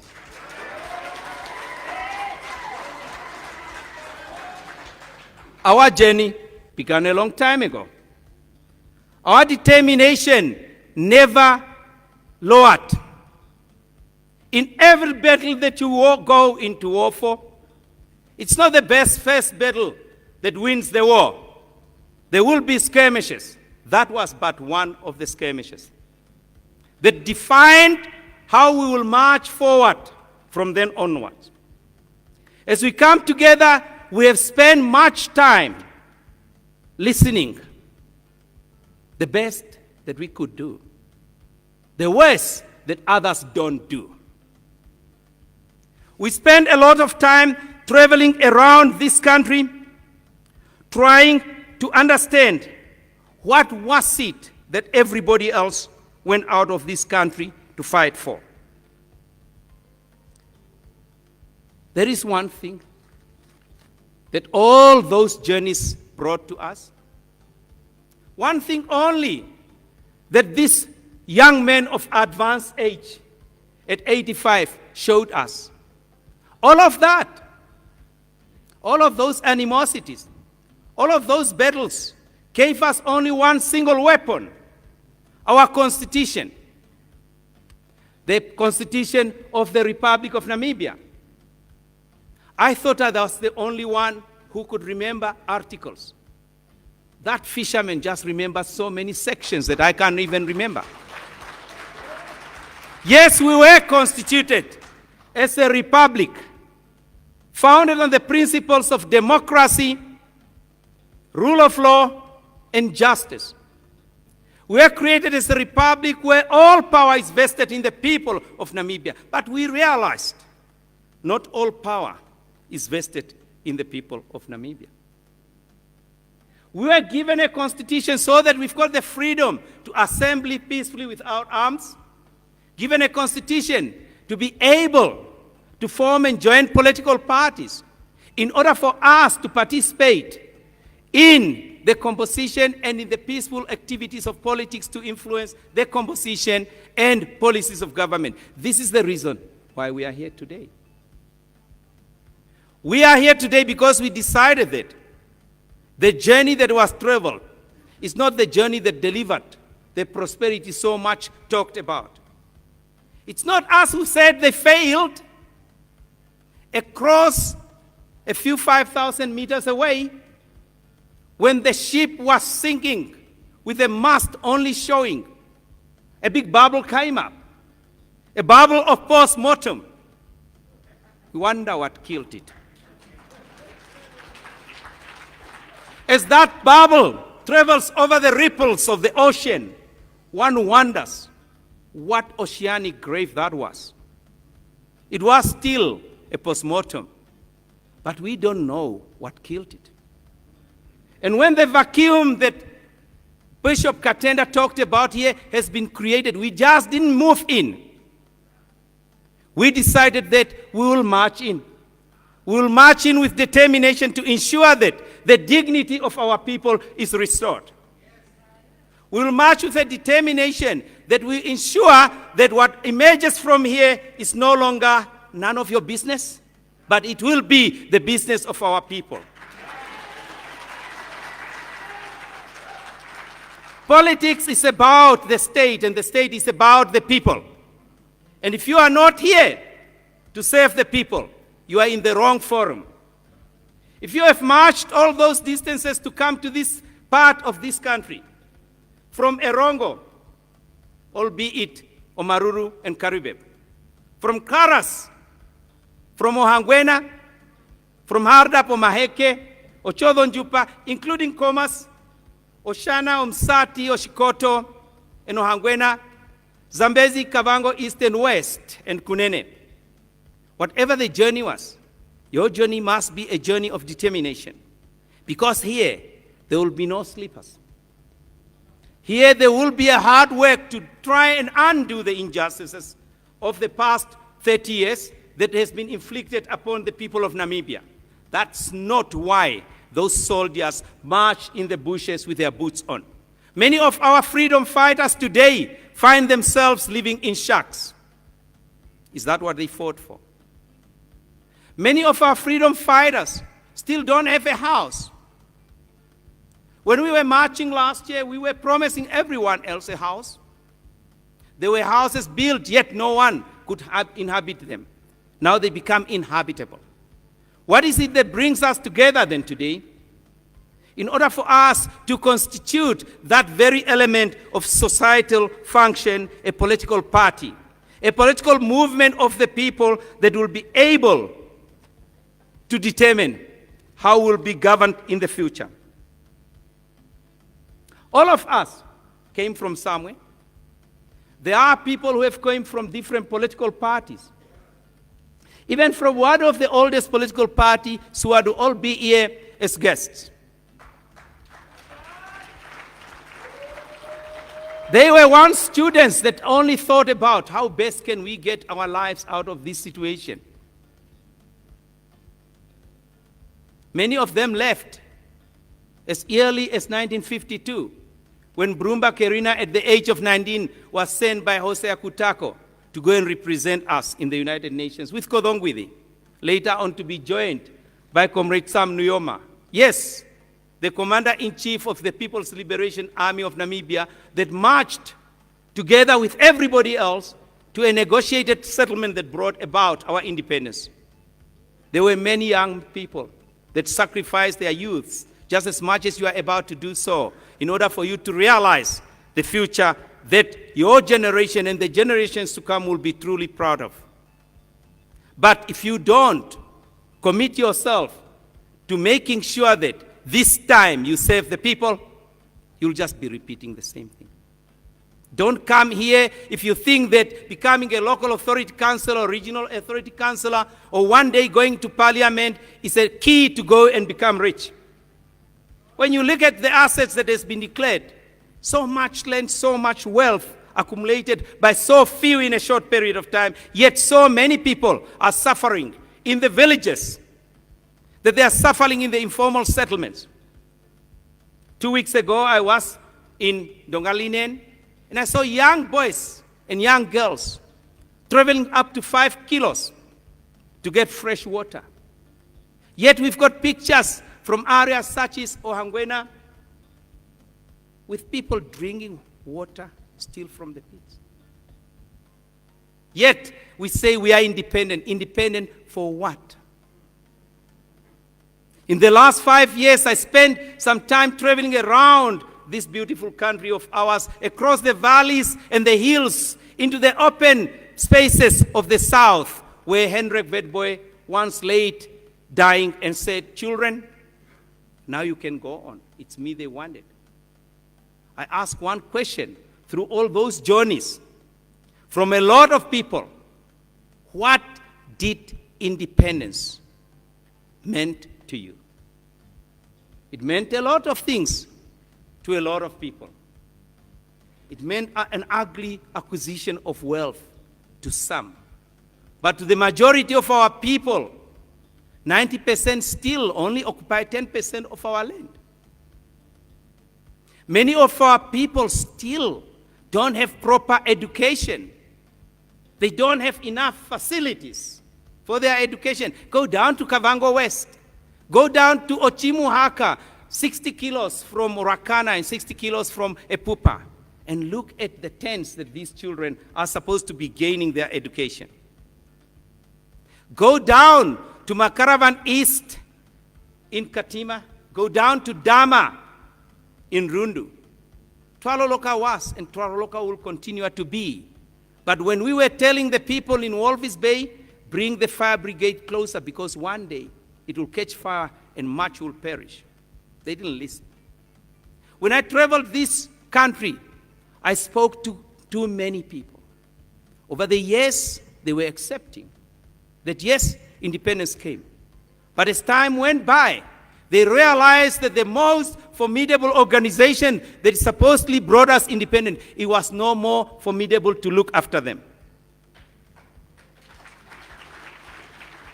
What then has become of a hollow vessel? There are still some of those clinging on to the brand. It's like holding on to a Coca-Cola bottle that you enjoyed, that you got addicted to. But what you don't realize, there's no more Coca-Cola inside. There's Tombo. There's Tombo inside. The values and the principles that we once stood for no longer exist. The values of democracy, solidarity, freedom, social justice, and progress are no longer practiced. What then do you have as you are still holding on to that brand? What future do you prepare your children to enjoy one day as you are holding on to that brand?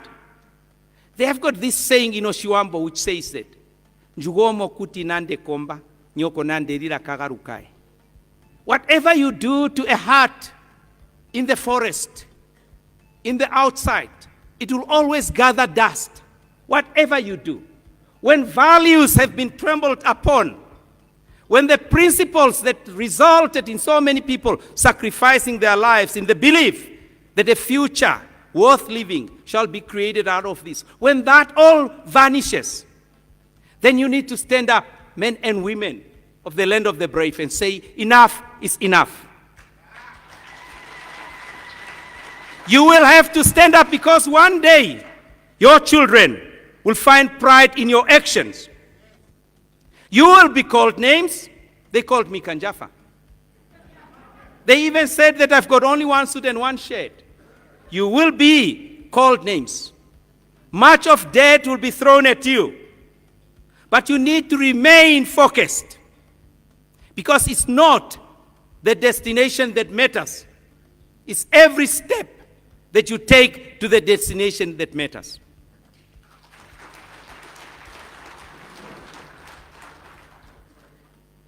When we now look at what has happened to what was most formidable, it is a disgrace.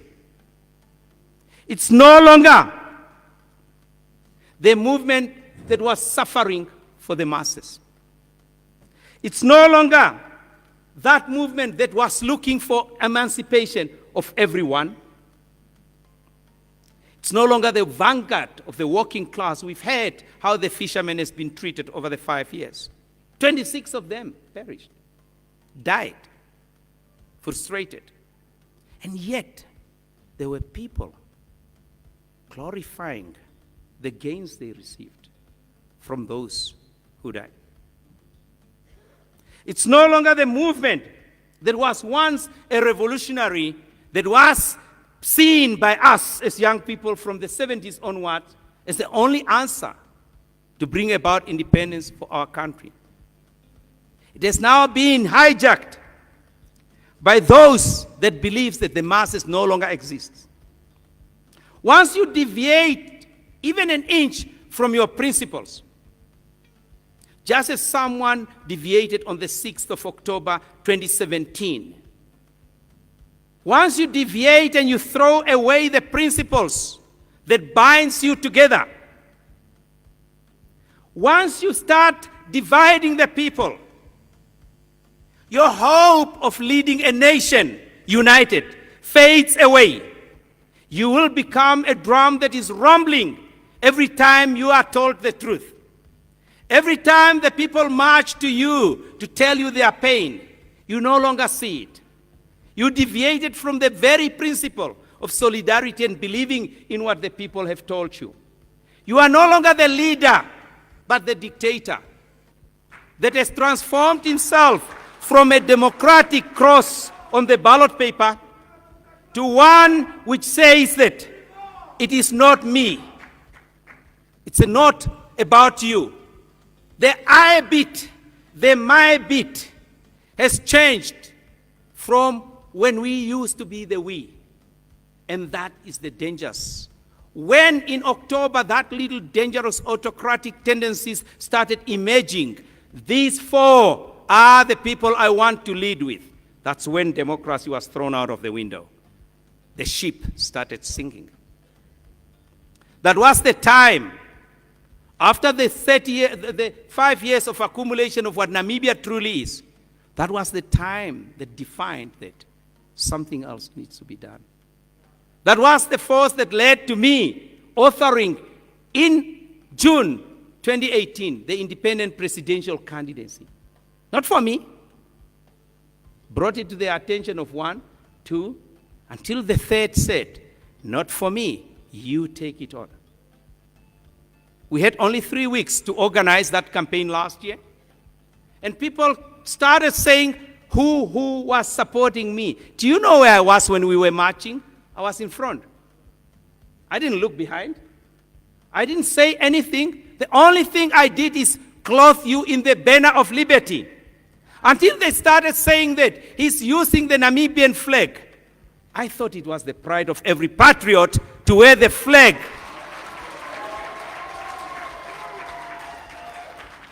It was at that time that it was realized that once you clothe the people with a sense of patriotism, you conquered the dictator's tendencies to suppress them.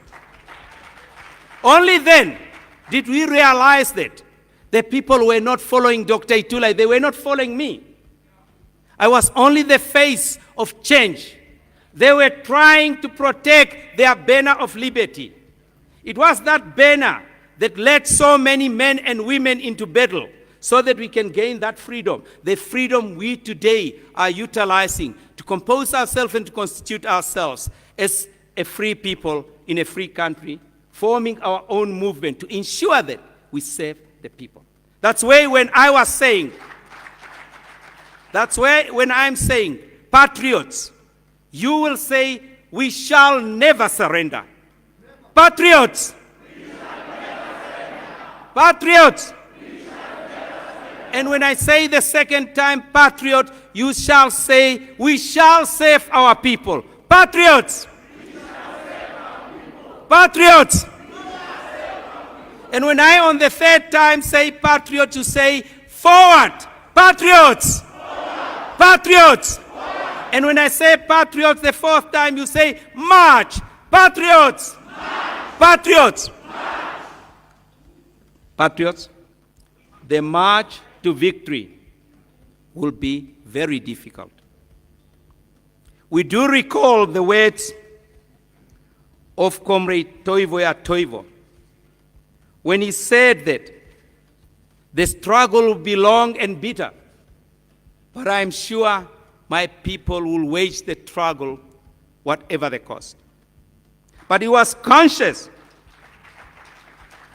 He was conscious at the trial in Pretoria when he also said, and I quote, I have come to know that our people cannot expect progress as a gift from anyone. Progress is something we shall have to struggle and work for. And I believe that the only way we shall be able and fit to secure that progress is to learn from our own experiences and our own mistakes. Have we learned? That was in 1968. In 2013, he came to say, and I quote, the unity of our people is the most important precondition to obtain the goals that we have set for ourselves. We must cherish this unity and nurture it. This means that tribalism has no place in our society. We are Namibians first and should not allow ourselves to be divided. The unity of our people also requires that we wage war against the vast gap between the few rich and the masses of the poor among our people. The shameful income inequality that exists in Namibia today undermines the dignity for which we struggled, and this is the major obstacle to achieving our aspirations. This should be the central and daily preoccupation of our political leaders and of the leaders and members of our institutions, of our private sector, and of civil society. We cannot maintain and nurture unity if we permit inequality to foster. I thought that was Harambe. Trying to ensure we don't see each other, and yet failing to understand that we've got means in technology to march on. That unity that Yatoivo has spoken came out of an awakening of what was taking place home, inside Swapo. The divisions that existed, even when he was alive. When you are diverse, You must cherish that. We came from all the regions in our diversity, but we celebrate our unity of purpose. It is not the diversity that will divide us, but the unity so that we can exercise our rights and our freedoms. But what happened is this, that there was no longer a sense of belonging. All the values were being trampled on. Why then should they be looking at you and calling you names? And let me warn you, you'll soon be called, as they say, no Shuambo, ongudio mpirameni. What did you turn your back against? You didn't turn your back against anything. You turned your back against the Constitution and the weapon that you deserve to utilize. That's what you've done. It is them that turned their back against the people of our nation. Therefore, when you march ahead, remember in the glory of the days to come, you will be proud that you decided to follow the constitutional provisions that are your weapons to reach the freedoms and the rights that you so deserve. When we come together today, it's a journey that we traveled with many of my comrades. Some of them are no longer here, but it's a journey that I traveled with a lot of patriots now. Patriots Kangulu are locked out in Walvis Bay, but he keep on marching. It doesn't matter where he is still commanding from there. And as we emerged, we are hoping that we will emerge into a movement that is truly grassroots. All of you here as leaders must remember one thing only. You are not here to constitute yourself in a movement that disregards honesty, integrity, dignity, and the rule of law. You are not in a movement that is going to try and tarnish the images and the personalities of anyone, politician or not. You are not here to try and belittle anybody for the wrong they have done. Respect their dignity as human beings, despise what they do to the people of Namibia. This will be a movement of principled cadres that will be fight truly for the benefit of the people of Namibia. When we emerge from this beautiful place of safari, hopefully we'll still be 250. I see you were all sleeping when the news started coming out. Nonetheless, when we emerge, we will emerge with a mandate now to speak for our people. Many people have been asking, where is Dr. Itula? Why is he not saying anything? I had no mandate, just a simple citizen. We all had no mandate. But when the people said we need a political home, you called us out to go and vote. Over 300 of those we were allocated, we don't know, came out to vote. Could we possibly leave them out in the open with no political home? When we asked them, how old are you? What do you want? They said they wanted a political home. We listened to our people.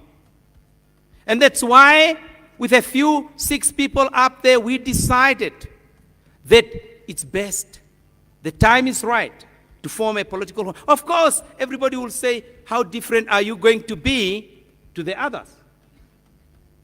Bishop Katenda just told us, this is our time. We are different because this is our time.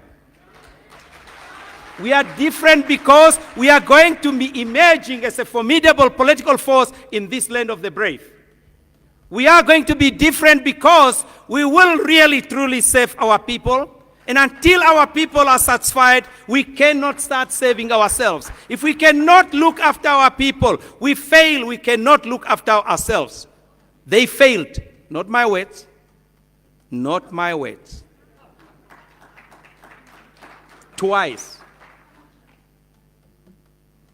Harambee Prosperity Plan was a failure. And now, when a leader starts blaming a party that is leading that it failed, it is not the party that failed, it is the leadership. And if you are the leader of a nation and you acknowledge failure, there's only one route: resign. The mandate you receive from the people, you failed it. You acknowledge it yourself. If you don't go, let's meet at the ballot. This time, there is no EV machines. This time, there will be a different force. It's not just Itula alone that you have to contend with. You have to contend with 14 regions of the Independent Patriots for change. You will have to contend to a people determined to resolve the sufferings of their people, black and white, irrespective of where you came from. Whether you came from the door strikers, it's time that we look forward and say, yes, that was our history. We'll never deny it. But from now onwards, we'll have to march together as a united people in this demarcation of Namibia. As we go out of here today, we'll go out having actually founded the principles which will govern us. I believe that we will maturely interact, debate issues, and we will be an organization that will debate issues. We will be an organization that will not be looking at who you are, what you are, but what you say. We will not care whether what was once an honorable house became a hooligan house.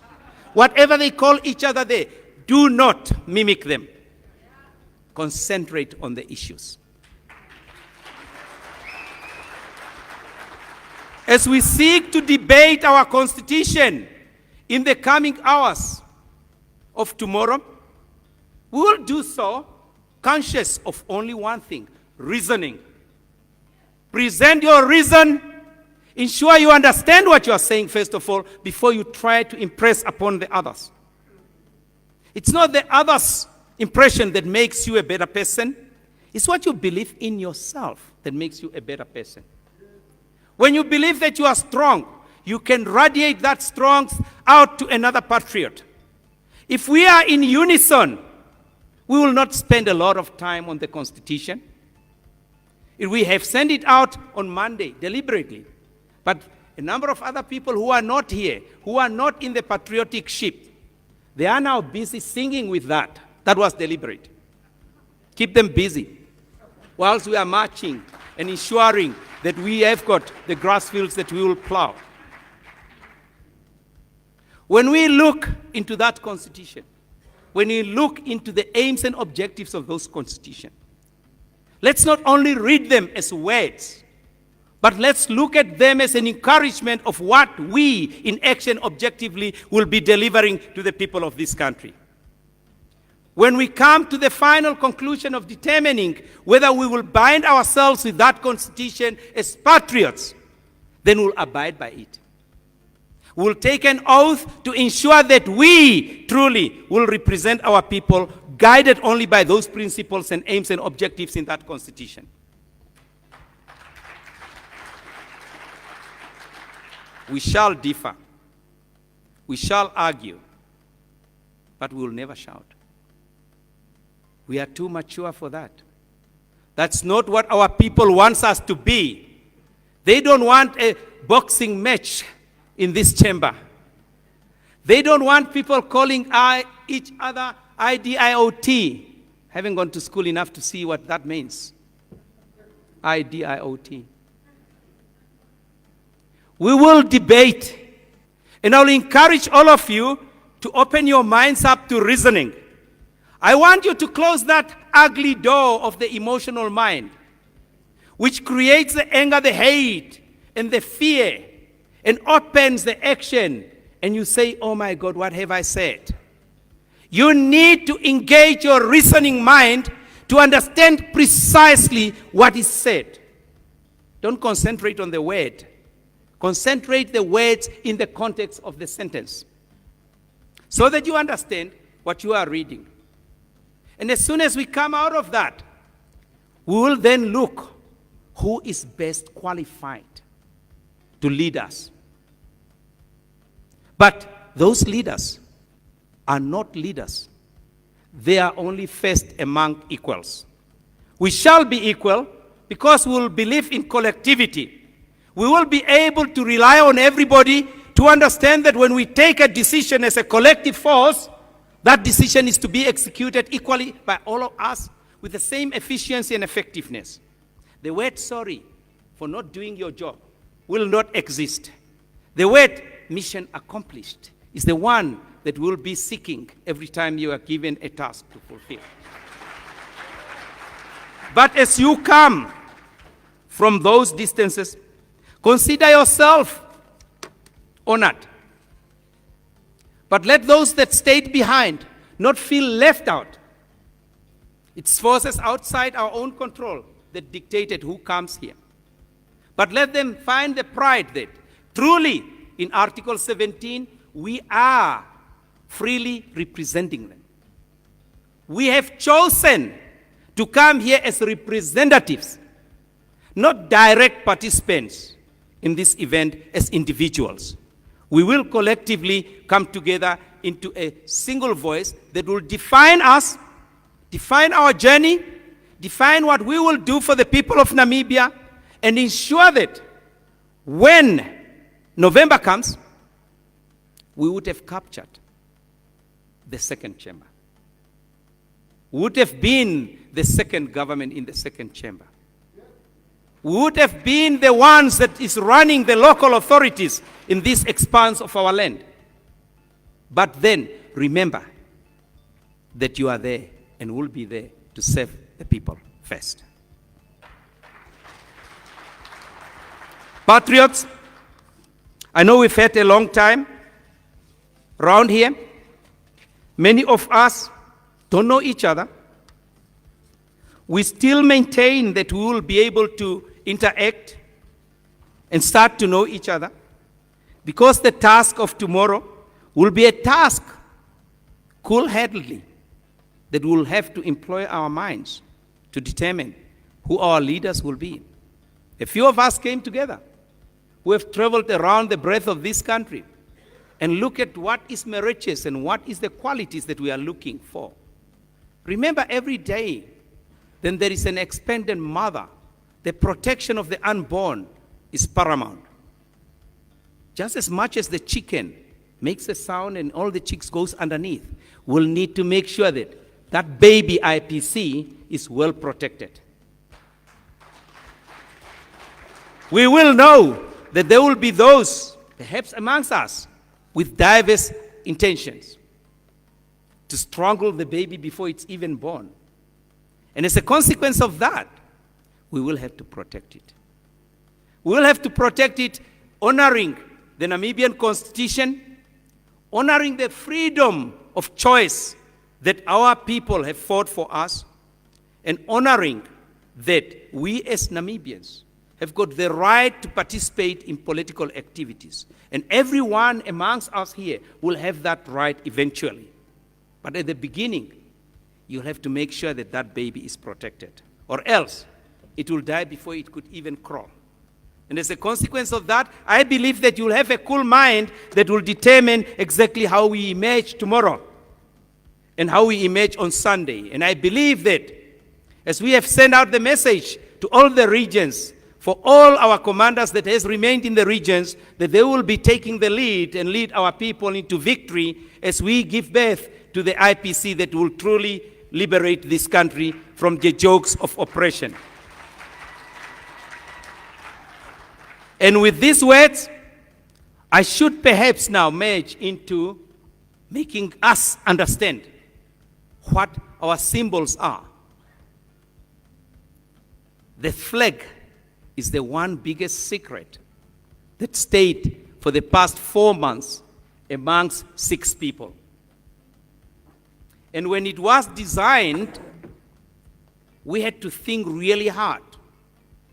What was it that we were doing? Everybody else was following the phenomenon. The phenomenon is now the transition into the political movement. That transition has to be smooth. And we had to think what kind of flag will be so close to the patriotic banner of liberty. And that's why that flag that will be coming soon, I understand I'm supposed to unveiling it, is somewhere here. Can I get somebody to come and stand next to me, and then we'll unveil this, and I'll explain what it means. You can already see that it's got blue in it. No one patented the blue. But I can tell you, we patented the flag. Is it? I'll have it on this side.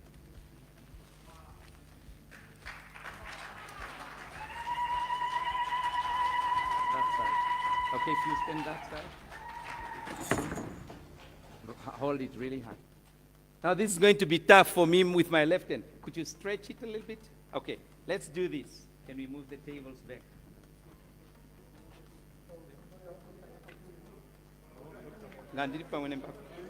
Okay. Oh, I see. Yeah, I'll do this. I'll move the tables out and we'll come in the front. Is that okay? Yeah? Is that okay? Yeah. And then I'll try and have this one. Right, here we go.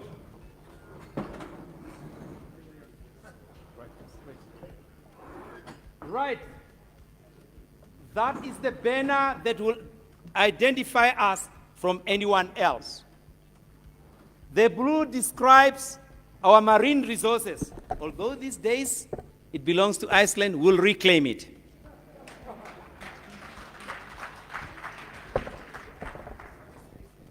The torch is the flame of determination of the principled independent patriots for change, that change, just like that flame, will continue to burn until we achieve it and continue to burn. Change is dynamic, it's constant. We will continue to evolve as new situations come by. We still believe in our unity. We still believe in peace. And that's why you've got the two white lines as well. But there is one thing we need to understand, that our unity, our peace, and the Namibia that we have now emerged out of the sacrifice where many of our people died, and the blood of our people still waters those freedoms. But that is what we have. It should not be prominent in us. What they did is to give us the opportunity to empower our people and to distribute our wealth equitably. Move back again and stretch. Now you'll find that the next color, the golden red, golden brown, is the Namib Desert, under which we've got our wealth. And that is the oldest desert in the world yet not honored.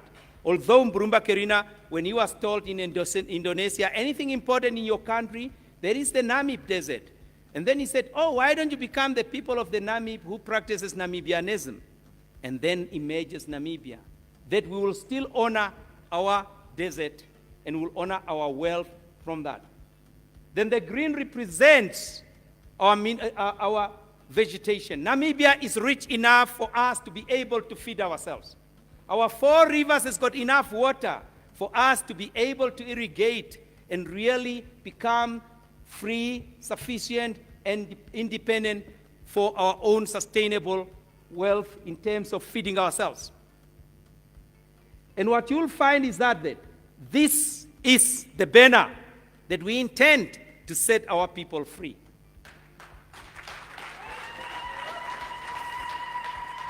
Whenever you are hosting it anywhere else, if it's up there, whenever you are taking it off, make sure it doesn't touch the ground. And make sure that you fold it with respect, honor, and dignity it represents. And we believe that by looking after it really well, we will look after our people just as much. Now, there was another symbol that will identify us from another. There are those that said that, why do you have 2 fists up? That is the symbol that enough is enough. it needs a double fist. We will have to break the chains of corruption. We've already started breaking one chain. We've got 5 of them in there that are described as lack of governance, lack of leadership. That's what we lack in this country. And corruption and inadequate usage and distribution of our wealth, our land, our mineral resources, and all distribution of health, education. If we can only educate our people appropriately and in the correct environments, we will be able to be prosperous.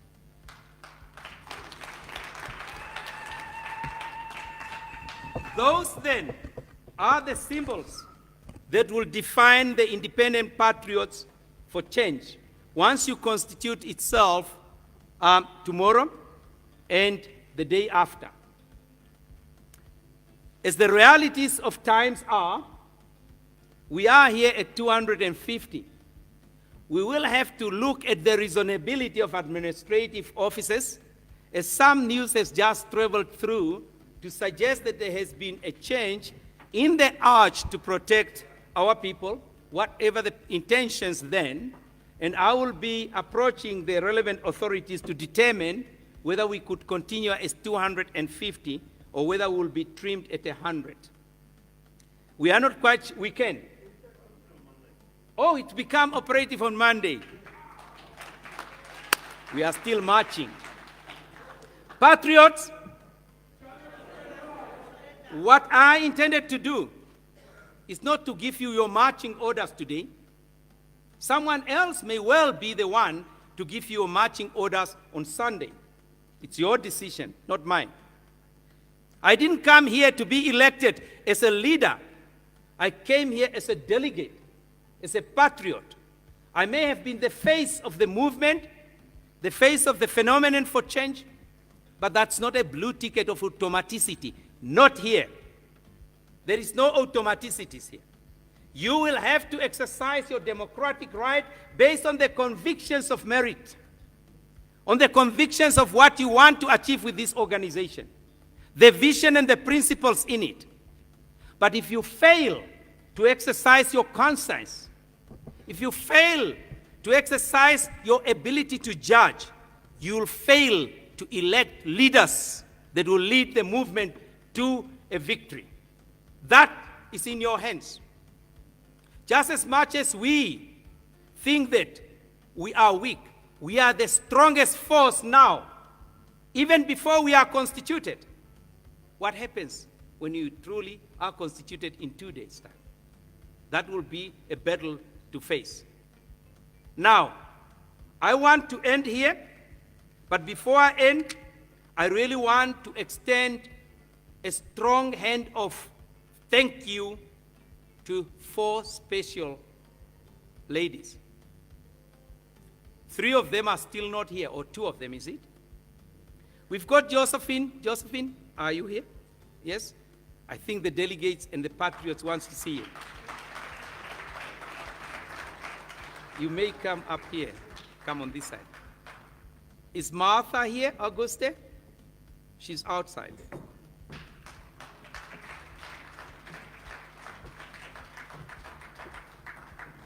Is Florence here?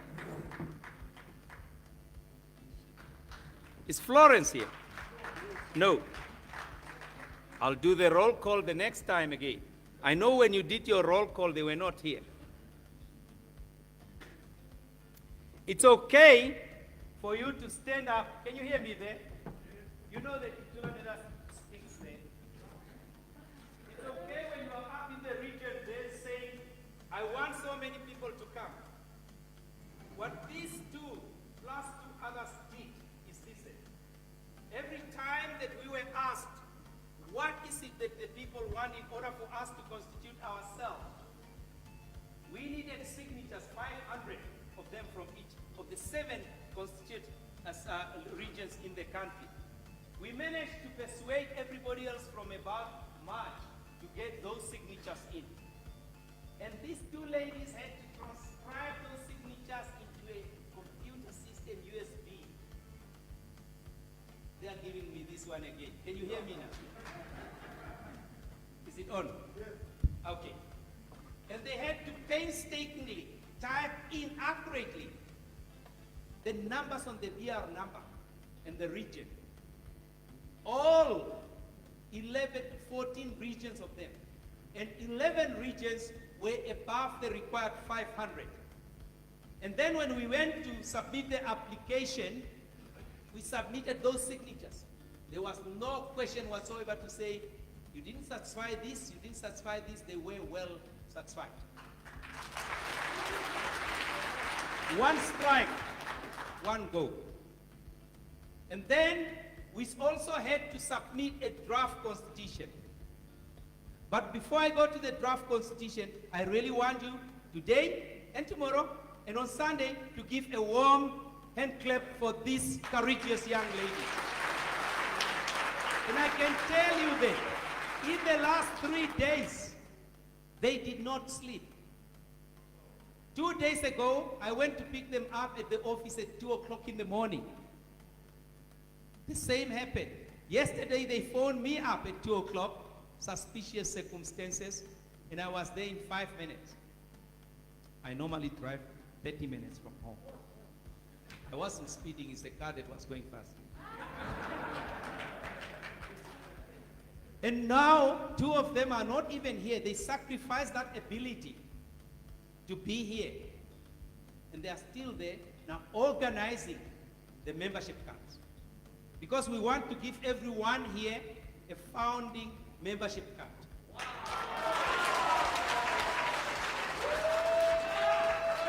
And I'm charging $1 for my signature.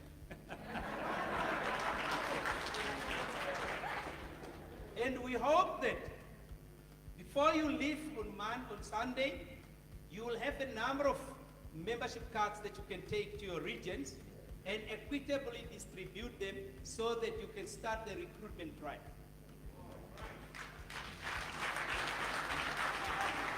We need to understand, however, right at the onset, the success of a political movement is not so based on the number of people you have, it's finances. We had to work hard to get the finances to support our members to come here, to travel from where they are, work hard to look for a reasonable place for them to be accommodated, and I hope they are thankful for that. And for those that sacrifice even $1 to contribute to that, that is patriotism. That is solidarity. We need to be able to be people that can understand what is patriotism. Sometimes you have to sacrifice. These ladies sacrificed their wonderful time to be with their families at home. They were in that office all the time. But we can all do that. And if we all do that for Namibia, become selfless leaders, we will rescue this country. If you haven't realized it yet, we are in real trouble. Economically, we are. Financially, we are. And unless we come together and get on this ship that will travel from here on Sunday, we will be doomed. And only us to blame in the future. So, with these words, thank you very much. I would love to thank you once again for making the time to come. Did I just destroy your table? And to ensure that at least we will be able to interact. One generous Namibian has supplied us with enough meat, because a meal in Namibia with no braai vleis is no meals. And we've got somebody generously also who decided that they will be giving us their skills and prepare our meal for us. But what I want to caution everybody is to ensure that we are disciplined, principled, factual, objective in our interactions. That we respect the dignity of everyone. And you will hear me saying that over and over again. Because this must be a movement of people who have got credibility in how they say things and what they say and to whom they say it and how they conduct themselves. We must be exemplary. And that exemplariness is what our children would want us to be doing, and they will look at us with pride. May I take this opportunity to thank members of other political parties. When the new kid comes on the block, as they say, we hope that we will interact, but we will not call each other names, because we will have to work together for this Namibia. You can't work together with people you call names. We also don't want to call names to the legal person or the natural person. We are not here to fight their battles. We are here to fight the battle of the Namibian people. We are here to ensure that Namibia one day will emerge. This beautiful country has become the laughing stock in nations. And it's because of the leaders that we elected to lead us. But we will be different, and we'll have to be different.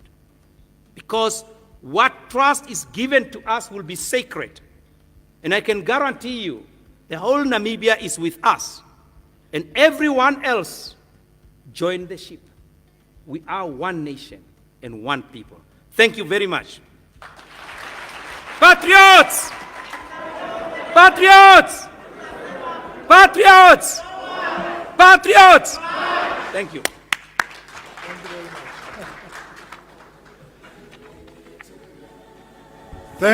Thank you, Dr. Itula.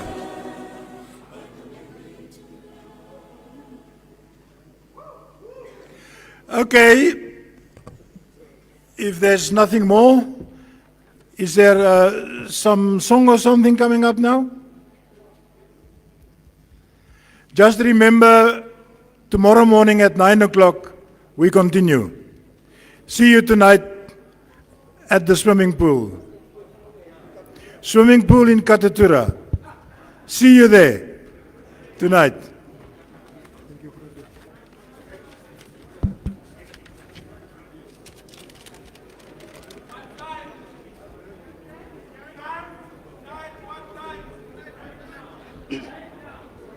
Ngenwa mendali presidente. Ngenwa